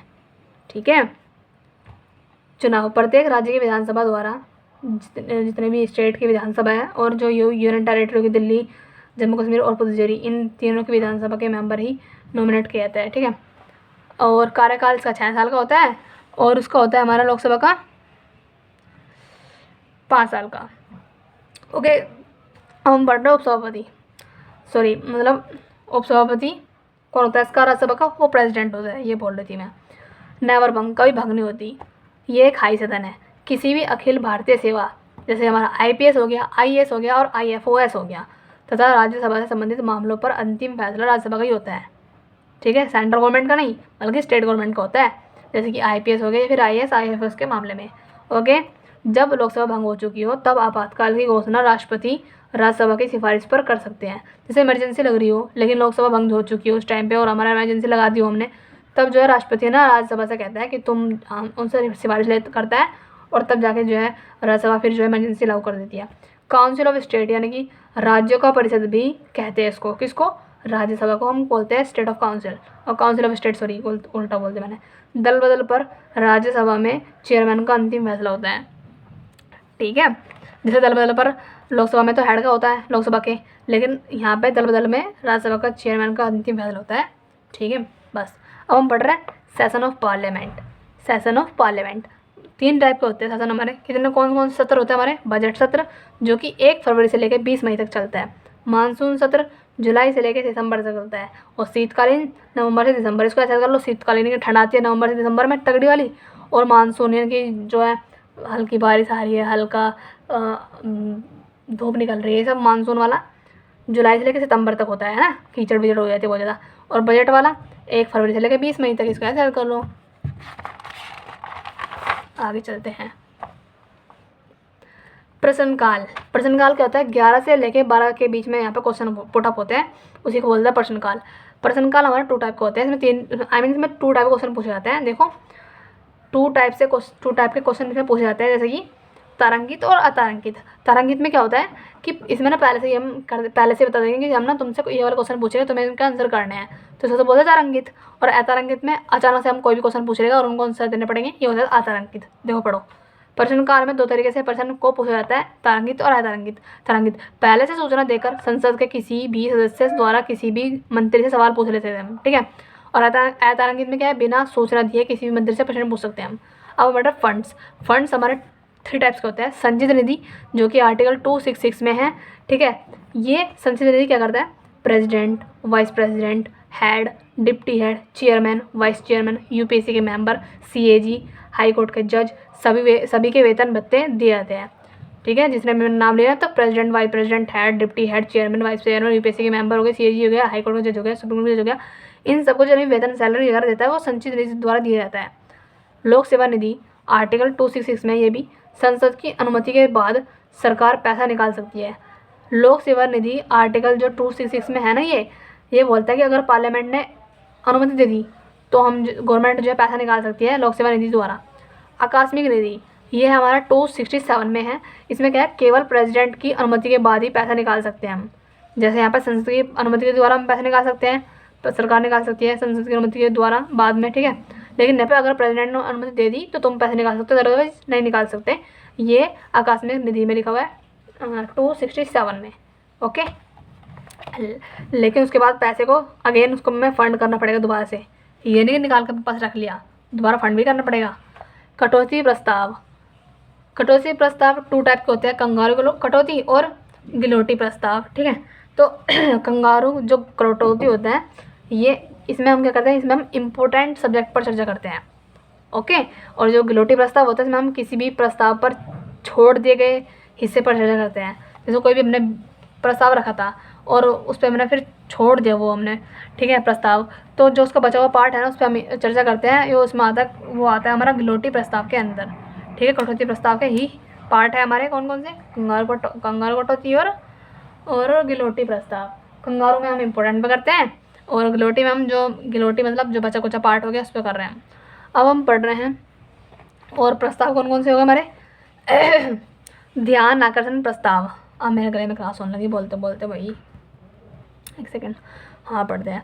ध्यान आकर्षण प्रस्ताव मुख्य हिस्से पर चर्चा करते हैं हम क्योंकि भैया इसका नाम ही है ध्यान आकर्षण प्रस्ताव, यानी कि जो जिस पे अट्रैक्ट कर रहे हैं हम ध्यान को अपने, तो इस पर हम जो इम्पोर्टेंट हिस्से है उस पर ही करेंगे चर्चा, ठीक है। अविश्वास प्रस्ताव क्या है? विरोधी दल के लिए करते हैं हम इसको लागू, ठीक है। और निंदा प्रस्ताव में क्या है? किसी भी सदस्य के द्वारा किसी मंत्री या सरकार के किसी भी योजना से संबंधित लाया जा सकता है ये, ओके। निंदा प्रस्ताव है, निंदा करते हैं इसमें हम, बस और कुछ नहीं। अब हम पढ़ रहे हैं विधेयकों के प्रकार, ठीक है, यानी कि बिल कितने टाइप के होते हैं हमारे ना? 4 टाइप के होते हैं। पहले तो होता है साधारण बिल, यानी कि नॉर्मल बिल, साधारण विधेयक। इसमें क्या होता है कि संसद के किसी भी सदन में किसी भी सदस्य द्वारा अग्रिम सूचना देकर लाया जा सकता है। संसद के किसी सदन मतलब लोकसभा हो गया या फिर राज्यसभा होगा, कोई भी दोनों सदन में से कोई सा भी सदन जो है अग्रिम सूचना देकर इसको ला सकता है साधारण विधेयक को, कि भैया मैं ये बिल लेके आ रहा हूँ, ठीक है, तो वो लेके आ सकता है। फिर उस पर हम जॉइंट सीटिंग का प्रावधान है, उस पर हम जॉइंट सीटिंग कर सकते हैं, बैठ के हम सारे मेंबर्स है ना, मंत्रिमंडल के मेंबर बैठ के उस पर जो है मतलब आगे विचार विमर्श कर सकते हैं। और इसका जो हेड होता है ना साधारण विधेयक, वो स्पीकर करता है, जो उसकी अध्यक्षता करता है ना, आई मीन जॉइंट सीटिंग की जो फिर वहाँ पे जब हम कोई भी प्रस्ताव लेके आ रहे हैं, बिल लेके आ रहे हैं, उसकी जो है अध्यक्षता कौन करता है? वो करता है हमारा स्पीकर करता है लोकसभा का, ओके। अब वो पढ़ रहा है धन विधेयक, यानी कि मनी बिल, केवल लोकसभा में ही प्रस्तुत किया जा सकता है। जैसे ये था ना हमारा नॉर्मल बिल था, इसमें तो हम लोकसभा का या फिर राज्यसभा दोनों में कोई भी लेकर आ सकता था इसको, लेकिन सिर्फ ये धन विधेयक है, इसको सिर्फ लोकसभा के में ही लाया जा सकता है, ठीक है, राज्यसभा के अंदर नहीं लाया जा सकता इसको। विधेयक फाइनेंस मिनिस्टर के द्वारा ही लाया जा सकता है, ओके। धन जो विधेयक है ये फाइनेंस मिनिस्टर लेके आता है, ओके, और लोकसभा में प्रस्तुत किया जाता है इसको बस। संविधान संशोधन विधेयक, ये विधेयक में क्या होता है, इसमें किसी भी सदन में जॉइंट सीटिंग का प्रावधान नहीं है। हाँ, इसमें क्या है कि भैया ये किसी भी सदन में लेके आ सकता है इसको, लेकिन इसमें जॉइंट सीटिंग नहीं होगी। इसमें क्या था कि भैया कोई भी सदन लेके आ सकता है इसको और जॉइंट सीटिंग होगी और अध्यक्षता करेगा स्पीकर, लेकिन संविधान संशोधन विधेयक में ये है कि कोई भी सदन में लेके आ सकता है, लेकिन इस पर जॉइंट सीटिंग नहीं होती। विधि विधेयक में क्या है, ये आर्टिकल 110 के अंदर आता है। ये प्रक्रिया साधारण विधेयक की तरह ही होता है, ये भी है ना। जो वित्त विधेयक है ये नॉर्मल विधेयक की तरह ही होता है, इसी की तरह होता है, इसी की तरह होता है, लेकिन प्रस्तुत करने से पहले प्रेसिडेंट की पूर्व अनुमति की आवश्यकता नहीं होती इसमें, है ना। अगर हमें वित्त विधेयक प्रस्तुत करना है तो हम प्रेसिडेंट की अनुमति की नीड नहीं है इसमें, है ना। किसी भी सदन में हम लेके आ सकते हैं इसको, ओके। सभी धन विधेयक, सभी धन विधेयक, ये जितने भी धन विधेयक है ना, ये वित्त विधेयक तो हो सकते हैं, लेकिन वित्त विधेयक सारे धन विधेयक नहीं हो सकते, ठीक है, याद है क्वेश्चन। अब हम पढ़ रहे बजट, कॉन्स्टिट्यूशन में उल्लेख नहीं है बजट का, ठीक है। 1921 में एकवर्त कमेटी की रिकमेंडेशन पर 1924 में साधारण बिल को रेल बजट से अलग किया गया था, ठीक है। रेल बजट और साधारण बजट पहले एक थे 2017 तक, लेकिन एकवर्त कमेटी आई, उनके रिकमेंडेशन पर इनको अलग किया गया था, रेल बजट को साधारण बजट से 1924 में। 1921 में आई थी एकवर्त कमेटी, ओके। 2017 में रेल बजट को साधारण बजट से अलग किया गया था विवेक देवराय कमेटी द्वारा। पहले ये एक थे, ठीक है, और फिर उनको विवेक देवराय कमेटी द्वारा अलग किया गया था 2017 में। अब आगे पढ़ते हैं। महान्यायवादी, अटॉर्नी जनरल, वाइस प्रेसिडेंट। अभी हम पढ़ के आ रहे थे, हम पढ़ रहे थे कार्यपालिका, जिसमें से हमने पहले पढ़ा प्रेसिडेंट पढ़ा था, फिर हमने पढ़ा था वाइस प्रेसिडेंट, फिर हमने पढ़ा था पीएम, है ना। अब हम क्या पढ़ रहे हैं, अब हम पढ़ रहे हैं महान्यायवादी यानी कि अटॉर्नी जनरल। ये तरह भी टॉपिक पढ़े, हमने क्या पढ़ के आए, हमने कार्यपालिका पढ़ा अभी हमने ये, ठीक है।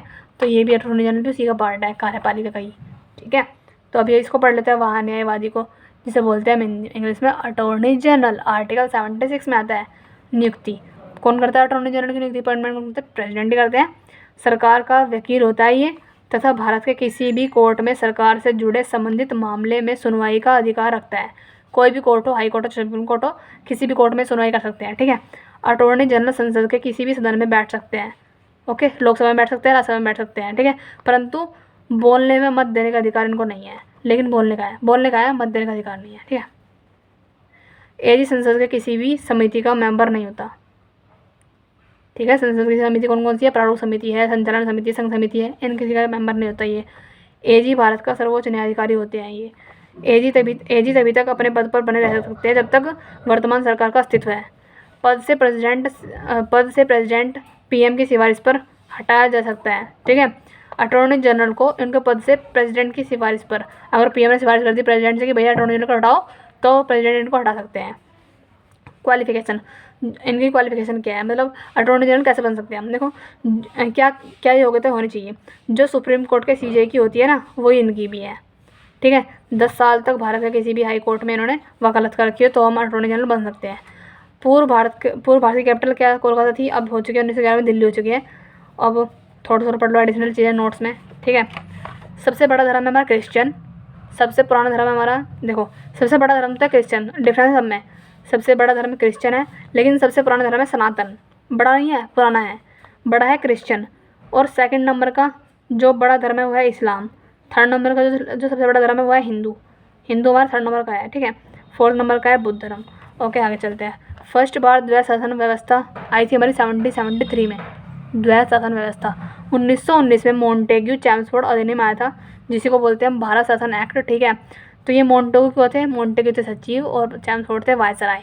इसमें क्या गया था 1919 में जो मोंटेग्यू चैम्सफोर्ड एक्ट आया था, इसमें क्या कहा गया था कि जो फीमेल है ना उसको वोटिंग राइट दो, फीमेल को वोटिंग राइट दो, द्वैध शासन को प्रांतों में स्टार्ट करो और लोक सेवा का आयोग का गठन करो, ठीक है, ये कहा गया था।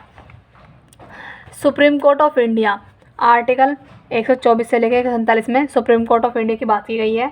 ठीक है, सुप्रीम कोर्ट की स्थापना 1937 में होती है। 1935 के एक्ट के थ्रू सबसे पहले ही पढ़ के आए थे हम।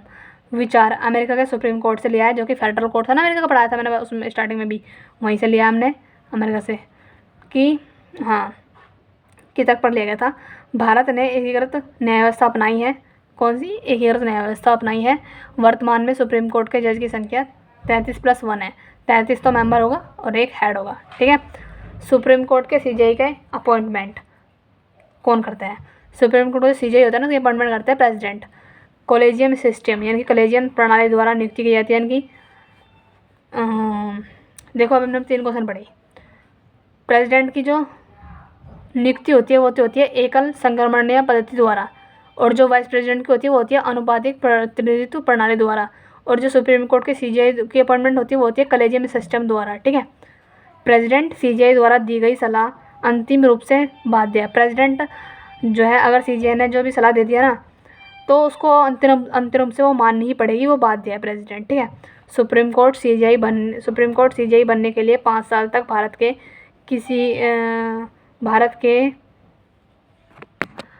ओके, तो मैंने बोला था क्या, एससी यानी कि सुप्रीम कोर्ट सीजेआई बनने के लिए 5 साल तक, सुप्रीम कोर्ट का सीजेआई बनने के लिए 5 साल तक भारत के किसी भी हाई कोर्ट में हमने न्यायाधीश के रूप में काम करा हो। ठीक है, या फिर 10 साल तक भारत के किसी भी हाई कोर्ट में वकालत की हो, तब हम सीजेआई बन सकते हैं। पार्लियामेंट की सिफारिश पर सीजेआई को महाभियोग को द्वारा प्रेसिडेंट हटा सकते हैं। ठीक है, पार्लियामेंट ने अगर सिफारिश कर दी तो सीजेआई को प्रेसिडेंट हटा सकते हैं। ओके, महाभियोग लगाकर। महाभियोग का प्रस्ताव सदन में पेश करने के लिए लोकसभा में 100 और राज्यसभा में 50 सदस्य होने चाहिए। ठीक है, कार्यकाल एवं आयु का जिक्र नहीं है सीजेआई के। प्रेजेंट टाइम में सीजेआई 65 वर्ष तक की कम उम्र तक अपने पद पर बने रह सकते हैं, तथा अन्य न्यायाधीश 62 वर्ष तक। जैसे 33+1 है ना, इसके अंदर सीजेआई होता है टोटल, तो जो 33 होते हैं उनकी तो होनी चाहिए 62, और जो एक होता है ना हेड, उसकी होती है 65। रिटायरमेंट के बाद वकालत पर रोक है उनकी। सुप्रीम कोर्ट को अपनी अवमानना पर दंड देने का पूरा अधिकार है। अगर कोई भी अवहेलना कर रहा है सुप्रीम कोर्ट की, तो वो दंड दे सकता है। सुप्रीम कोर्ट के क्षेत्रों में कटौती नहीं की जा सकती, बढ़ोतरी कर सकते हैं। ठीक है, और न्यायाधीश की संख्या बढ़ा सकते हैं, कम नहीं कर सकते, क्योंकि भैया केस डेली आते हैं, है ना, इस तरीके से। अब हम पढ़ रहे हैं powers of supreme court. Supreme court की कौन कौन सी पावर है? मूल क्षेत्राधिकार। इसके अंदर क्या पढ़ते हैं हम? केंद्र व राज्यों के बीच विवादों का निपटारा करना। मूल क्षेत्राधिकार के अंदर क्या क्या आता है? जो भी स्टेट और जो सेंटर उनके बीच में विवाद होते हैं ना, उनको निपटारा करता है मूल क्षेत्राधिकार में सुप्रीम कोर्ट। 2 या 2 से अधिक राज्यों के बीच विवादों का बंटवारा भी कौन करता है? सुप्रीम कोर्ट करता है। और न्याय क्षेत्राधिकार में क्या होता है? रिट जारी करता है। न्याय क्षेत्राधिकार के अंदर हम रिट जारी करते हैं, और अपीलीय क्षेत्राधिकार में हम संवैधानिक मामलों में अपीलीय क्षेत्राधिकार के अंदर क्या आता है कि जो संवैधानिक मामले में हम सुप्रीम कोर्ट के पास ही पावर है कि जो भी संवैधानिक मामले हैं उसमें हम सुप्रीम कोर्ट जा सकते हैं, या फिर दीवानी मामले, यानी कि जो कि 20,000 के ऊपर के मामले होते हैं ना, वो भी दीवानी मामले होते हैं, उनके केस में भी हम सुप्रीम कोर्ट जा सकते हैं, या फिर आपराधिक मामले में भी हम सुप्रीम कोर्ट जा सकते हैं। फिर हमने विशेष अनुमति के मामले, जिसे बोलते हैं सैन्य न्यायालय के फैसले के छोड़कर, ठीक है, विशेष अनुमति के मामले में भी हम सुप्रीम कोर्ट जा सकते हैं। सलाहकार न्यायालय, आर्टिकल 143 के तहत प्रेसिडेंट को संवैधानिक मामलों पर सलाह देने का अधिकार है। अभिलेख न्यायालय, सुप्रीम कोर्ट व हाई कोर्ट होते हैं। न्यायिक समीक्षा अमेरिका से लिया गया है, बस। ओके, इतना ऐसे में नहीं है, छोड़ो उसको, बकवास। आर्टिकल पढ़ रहे हैं, आर्टिकल 124। आर्टिकल 124 में सुप्रीम कोर्ट है हमारा। अगर क्वेश्चन आ गया सुप्रीम कोर्ट कौन से आर्टिकल में, तो 124 में हमारा सुप्रीम कोर्ट है, और 125 में वेतन है हमारा, ठीक है, और 126 में हमारा हाई कोर्ट जो है सीजेआई कुछ समय के लिए सुप्रीम कोर्ट में कार्य करते हैं। हाई कोर्ट का सीजेआई कुछ समय के लिए सुप्रीम कोर्ट के सीजेआई के रूप में काम करता है। ये आर्टिकल 126 बोलता है हमारा। 127 बोलता है कि रिटायर्ड जज काम सुप्रीम कोर्ट में तदर्थ न्यायाधीश है, ठीक है। रिटायर्ड जज जो है काम करेगा अगर सुप्रीम कोर्ट में, तो उसको तदर्थ न्यायाधीश घोषित कर दिया जाएगा। ये आर्टिकल 127 बोलता है। 129 मैं बोलती हूँ कौन सा आर्टिकल आएगा, वो देखो, एक तो ये आएगा और एक ये आएगा, दोनों पढ़ो बस, एक ये और एक ये, और कोई सा नहीं। यहाँ से इन जो है आर्टिकल में से एक तो 124 सुप्रीम कोर्ट, ठीक है, 129 सुप्रीम कोर्ट ही अभिलेख न्यायालय ये कहा गया है। और ये आता है 143 में क्या है कि प्रेसिडेंट जो है सुप्रीम कोर्ट के CJI से परामर्श ले सकता है, ठीक है। आर्टिकल 1967, ये नोट्स में हमारा क्या है, 1967 में गोलकनाथ मामला आया था जिसमें कहा गया था कि प्रस्तावना संविधान का अंग नहीं है, सॉरी। लेकिन इसी के बाद 1973 में केशवानंद भारती केस आया था, ठीक है। इसमें कहा गया था कि संविधान जो प्रस्तावना संविधान का अंग है, ठीक है। और इसी में ही 1973 में क्या हुआ था कि जो गवर्नर थे ना 73 में, कौन थे हमारे पहले गवर्नर थे हमारे वॉरेन हेस्टिंग थे। लेकिन फिर गवर्नर का पद 1883 में गवर्नर जनरल बन गया। और पहले गवर्नर जनरल कौन थे हमारे विलियम बेंटिक थे। फिर 1857 में वायसराय बन गए, गवर्नर जनरल को हटाकर वायसराय बन गए हमारे। और पहले वायसराय थे हमारे कैनिंग। ओके, आगे चलते हैं। अब हम पढ़ रहे हैं सारे अमेंडमेंट्स बहुत इंपॉर्टेंट है, पढ़ लो। अब तक हमारे 106 अमेंडमेंट हो चुके हैं। तो पढ़ते हैं। पहला अमेंडमेंट होता हमारा 1951 में, जो कि सामाजिक, आर्थिक तथा पिछड़े वर्गों के लिए भूमि सुधार कानून के बारे में वहाँ पर जिक्र हुआ था, ठीक है। आर्टिकल 1956, इसमें राज्यों 4 वर्गों की समाप्ति, राज्य में 4 वर्ग थे उनकी समाप्ति तथा 14 राज्य और 6 यूनियन टेरिटरी की स्थापना हुई थी। ओके, एसके दर कमीशन आया था 1948 में। इनकी सिफारिश पर राज्यों को भाषा के आधार पर बना दिया गया था, बांट दिया गया था, ठीक है। आंध्र प्रदेश बना दिया गया था। मैं थक गई, मेरा गलत हो गया। अब ये पढ़ लो। कौन सा था 10th अमेंडमेंट होता हमारा 1961 में, ठीक है। इसमें दादर नगर हवेली, यहाँ से इम्पोर्टेंट है, दादर नगर हवेली भारत में शामिल कर ली गई थी 10वें कॉन्स्टिट्यूशन अमेंडमेंट के थ्रू 1961 में। अगर क्वेश्चन वहाँ फंसता है कि भैया दादर नगर हवेली को कब हमने कौन से कॉन्स्टिट्यूशन अमेंडमेंट के थ्रू हमने शामिल किया था इंडिया में, तो वो 10वां कॉन्स्टिट्यूशन अमेंडमेंट होता 1961 में, उसके थ्रू हमने इसको शामिल कर लिया था। अब 12वां कॉन्स्टिट्यूशन अमेंडमेंट 1962 में होता, तो हमने गोवा को स्टेट का दर्जा दे दिया गया था, ठीक है। और 13वां में जो कि होता 1962 में नागालैंड को स्टेट का दर्जा दिया गया था। 21वां कॉन्स्टिट्यूशन अमेंडमेंट होता 1967 में सिंधी को भारत में 8वीं अनुसूची में शामिल कर लिया गया था। फिर 22वां कॉन्स्टिट्यूशन अमेंडमेंट 1969 में होता, इसमें क्या था मेघालय को स्टेट का दर्जा दिया गया था। फिर 26 कॉन्स्टिट्यूशन अमेंडमेंट 1971 में होता है, इसमें प्रीवियस को ख़त्म कर दिया गया था, प्रीवियस मीन्स उपाधि टाइटल ख़त्म कर दिया गया था हमने 26वां कॉन्स्टिट्यूशन अमेंडमेंट 1971 के थ्रू। 38वां कॉन्स्टिट्यूशन अमेंडमेंट होता 1975 में, इसमें सिक्किम को पूर्ण राज्य दर्जा दिया गया था। फिर जो 42 वाला कॉन्स्टिट्यूशन अमेंडमेंट होता 1976 में, इसमें हमको बोलते हैं हम इसको मुनी कॉन्स्टिट्यूशन ऑफ इंडिया। और इसमें हमने SSI यानी कि ये 3 वर्ड थे SSI, सोशलिस्ट, सेकुलरिज्म, ये था हमारा सेकुलरिज्म और इंटीग्रिटी, है ना। इसी को हिंदी में बोलते हैं धर्मनिरपेक्षता, समाजवाद और अखंडता। इन तीनों वर्डों को हमने जर्मनी से लिया गया था मनी कॉन्स्टिट्यूशन ऑफ इंडिया 42वें अमेंडमेंट में, ठीक है। शिक्षा, हेल्थ और वन, इन तीनों वर्ड को या फिर तीनों चीज़ों को हमने राज्य सूची से समवर्ती सूची में इंडल्ज किया था, यानी कि निकाल के समवर्ती सूची में डाल दिया था। अब वो बढ़ रहा है 44वां कॉन्स्टिट्यूशन अमेंडमेंट होता 1978 में। इसमें क्या था कि जो आंतरिक अशांति थी ना, उसको हमने समाप्त कर दिया और हमने कहा कि अब हम सशस्त्र विद्रोह करेंगे, यानी कि हम बिना हथियार के लड़ेंगे, ठीक है।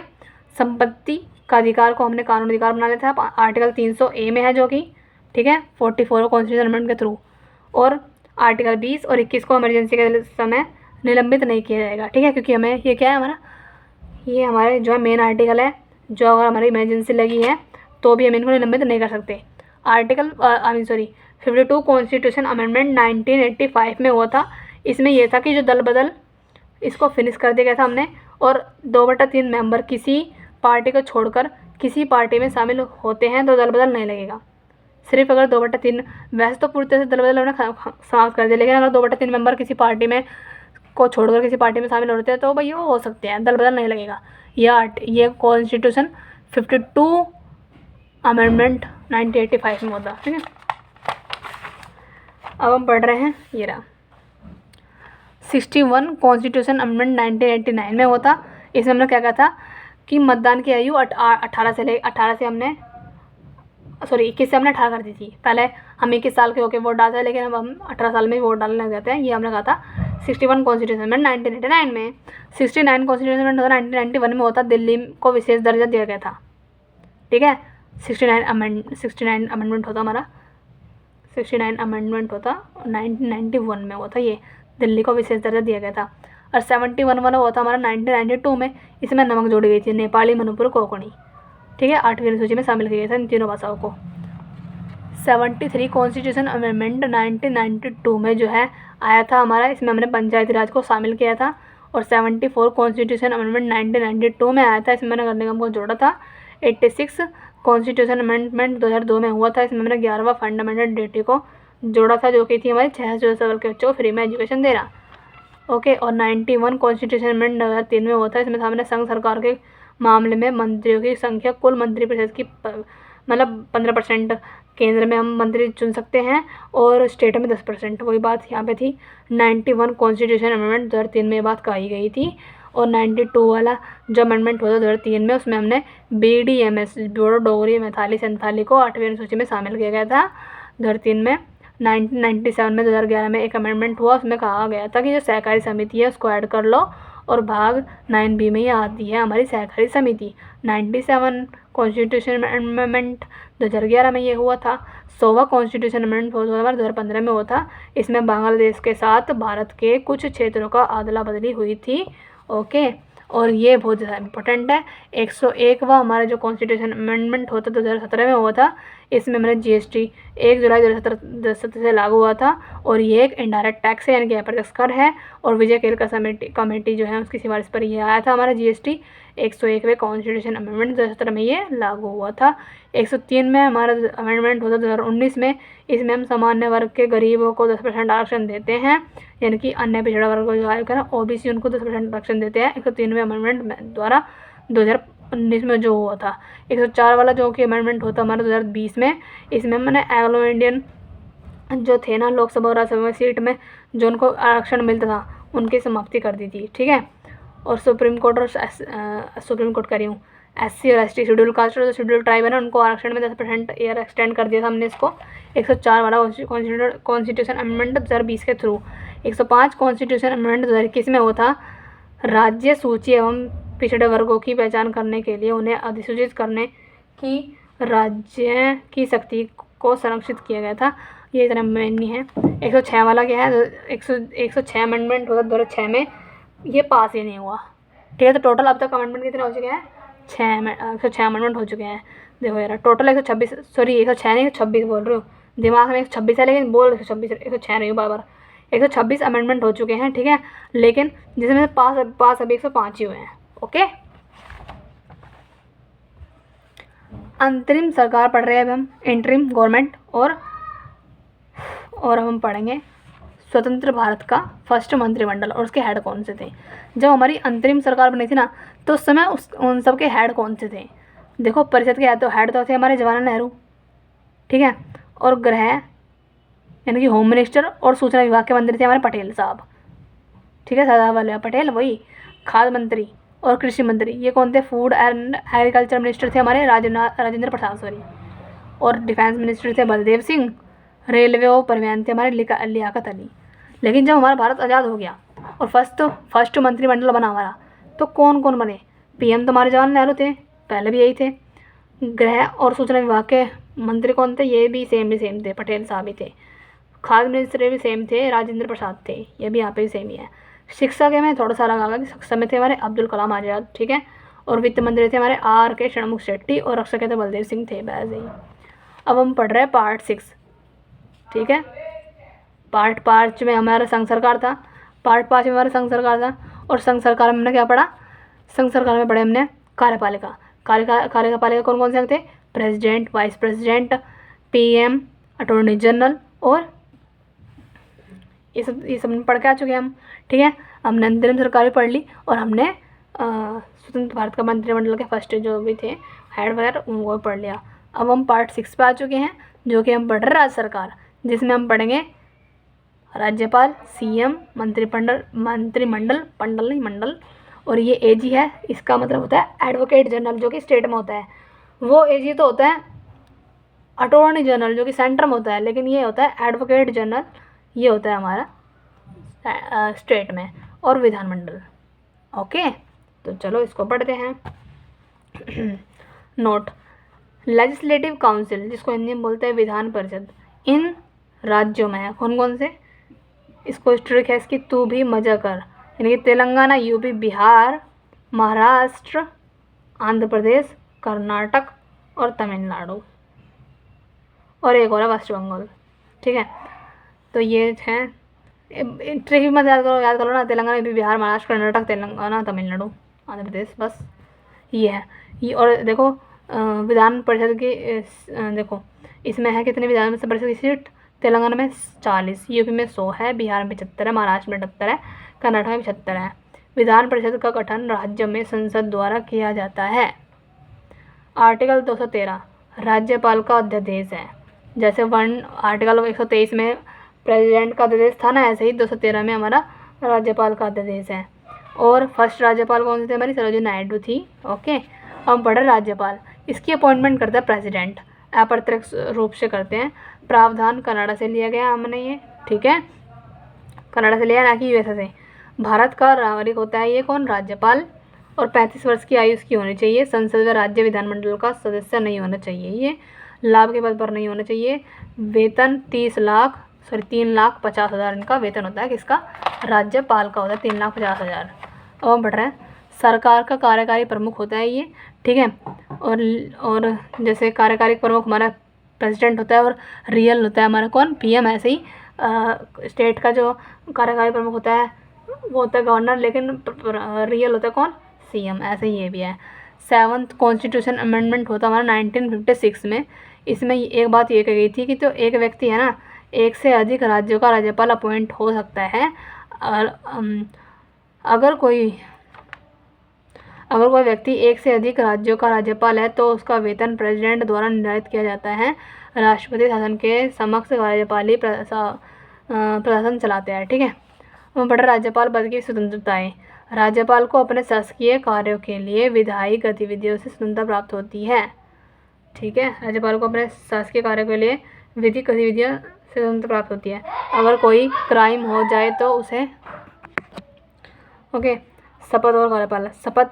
शपथ जो है राज्य के सीजेई को दिलाते हैं, गवर्नर को, ओके। और त्यागपत्र प्रेसिडेंट को देती है हमारे। शपथ तो दिलाते हैं राज्य के सीजेई, लेकिन उनको राज्य का सीजेई का मतलब क्या है? हाई कोर्ट के सीजेई।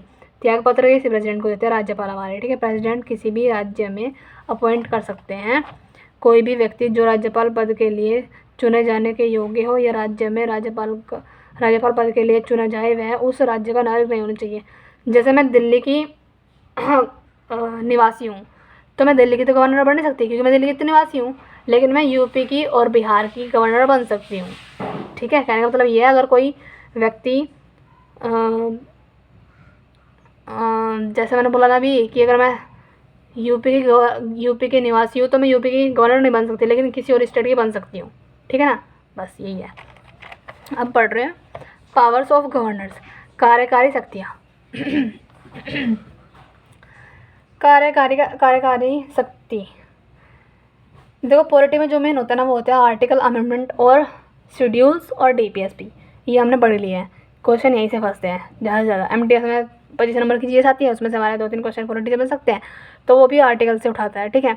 बाकी अगर जैसे हमारा स्टेनो हो गया, फिर सीजल, इनमें बड़ी थोड़ी सी ज़्यादा नंबर की 50 नंबर की आती है जीएस, तो इसमें थोड़े से 7-8 क्वेश्चन पॉलिटी से बन सकते हैं। तो इसमें 1-2 तो हो गया आर्टिकल से, तो आर्टिकल वगैरह तो हमने पढ़ लिए हैं। और जो हम ये पढ़ रहे हैं ना पॉलिटी, ये हम ना फालतू में एडिशनल पढ़ेंगे, क्योंकि एडिशनल भी नहीं है, क्योंकि अगर जैसे तुम यूपीएससी लेवल की तुम अगर जो बड़े लेवल के एग्जाम होते हैं उसमें इतनी डीपली पढ़नी पड़ती है, क्योंकि इसमें तो वो वाले आते हैं ना, कथन निष्कर्ष वाले नहीं होते, वो स्टेटमेंट वाले, यार कथन निष्कर्ष नहीं, जो स्टेटमेंट वाले नहीं होते, बहुत बहुत बड़े क्वेश्चन आते हैं कि इनमें से कौन सा ऑप्शन सही है, ठीक है। तब जाके हमें इतनी डीपली पढ़ने की ज़रूरत है, ठीक है। लेकिन हमारे इस चैनल में भी और इसी लिए मैंने क्वेश्चन देखे हैं बहुत सारे ऐसे जो स्टेटमेंट वाले आ जाते हैं, तो हमें पढ़ना पड़ेगा, ठीक है। तो मैं बताना ये चाह रही थी कि अभी ना मैं बोलते बोलते थक चुकी हूँ, और ये अभी इतनी पेजेस बाकी हैं हमारे, इतने पेजेस और रह रहे हैं, और हमने इतने पढ़ दिए हैं। तो पढ़ने का मतलब ये है हमारा दिमाग में फीड होना चाहिए। मैं पूछ रहा हूँ ना, अगर परमादेश रिट कौन सी है, तुम्हारे मुँह पर होना चाहिए परमादेश रिट कौन सी है, फिर हिबियस कॉर्पस कौन सी है, मैंडेमस कौन सी है, ठीक है ना। क्या पढ़ाया था उसके बारे में मैंने, तुम्हें पता होना चाहिए, ठीक है। और कौन सी शेड्यूल 8वीं अनुसूची में क्या है, 9वीं अनुसूची में क्या है, पता होना चाहिए। इतने पेजेस पढ़ते हैं, इतने पेजेस रह रहे हैं अभी, सेम टू सेम ही है, ठीक है। तो अभी मुझे तो लगता नहीं हो पाएगा क्योंकि मेरी कमर भी दुखने लगी है और मुझे भूख भी लग रही है, पर शायद अभी मैं थोड़ा सा और पढ़ लूँ, कोई बात नहीं। पहले हम गवर्नर पॉइंट खत्म ही कर देते हैं टॉपिक। गवर्नर पढ़ रहे हैं ना हम, तो गवर्नर का पढ़ो। पावर्स ऑफ गवर्नर्स, कार्यकारी शक्ति। अब जैसे हमने प्रेसिडेंट की शक्ति पढ़ी थी हमने, है ना, वो कौन किस किस को अपॉइंट कर सकते हैं, ठीक है, या फिर क्या क्या पावर्स है उनके पास, ऐसे ही गवर्नर के पास कौन कौन सी पावर है वो पढ़ते हैं। देखो, राज्य लोक सेवा आयोग के मेंबर और हेड, इनकी अपॉइंटमेंट करते हैं ये एजी यानी कि एडवोकेट जनरल की भी नियुक्ति यही करते हैं, तथा इन्हें हटाया भी प्रेसिडेंट द्वारा जा सकता है। हटाते इनको प्रेसिडेंट है लेकिन नियुक्ति पर गवर्नर करते हैं, ठीक है। किस किस की? राज्य लोक सेवा आयोग की और जो भी है अटॉर्नी एडवोकेट जनरल की।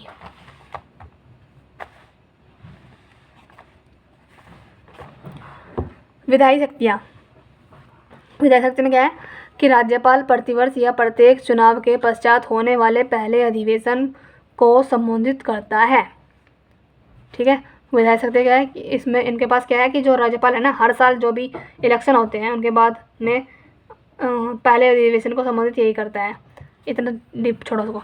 विधान परिषद के 1/6 सदस्यों को नियुक्त यही करता है, बस ये इंपॉर्टेंट नहीं पढ़ो।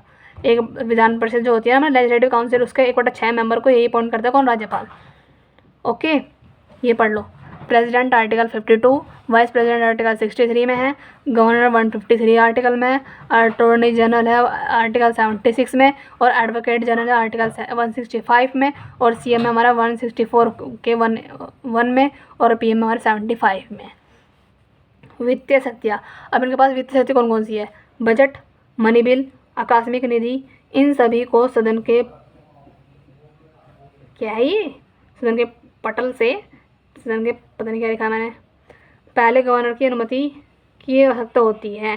राज्यपाल के द्वारा प्रत्येक 5 वर्ष के लिए नगरपालिका और पंचायतों के लिए वित्त आयोग का गठन करना, ये सब इनके पास है, ठीक है। शक्ति, न्यायिक शक्ति, समाधान की शक्ति या फिर सजा को बदल सकते हैं ये, वही है। मतलब जैसे प्रेसिडेंट के पास थी 72 आर्टिकल नहीं था और उनको मृत्युदंड और मार्शल लॉ को समाप्त करने की अनुमति थी, है ना, शक्ति थी उनके पास, ऐसे ही गवर्नर के पास भी है, ठीक है। आर्टिकल कौन से? 161 में ये लिखा हुआ है, 161 में लिखा है कि उनके पास समाधान की शक्ति है। और आर्टिकल 153 में गवर्नर है, 155 में अपॉइंटमेंट है गवर्नर की, और 163 में समाधान है, और 163 में राज्यपाल को सलाह देने के लिए मंत्रिपरिषद होगी, ये आर्टिकल 163 में है। और 165 में एडवोकेट जनरल है, एडवोकेट जनरल, और 213 में है अध्यादेश, और 159 में शपथ गवर्नर की और सीजीआई द्वारा, हाई कोर्ट के सीजीआई द्वारा गवर्नर को सीजीआई मतलब शपथ दिलाई जाती है।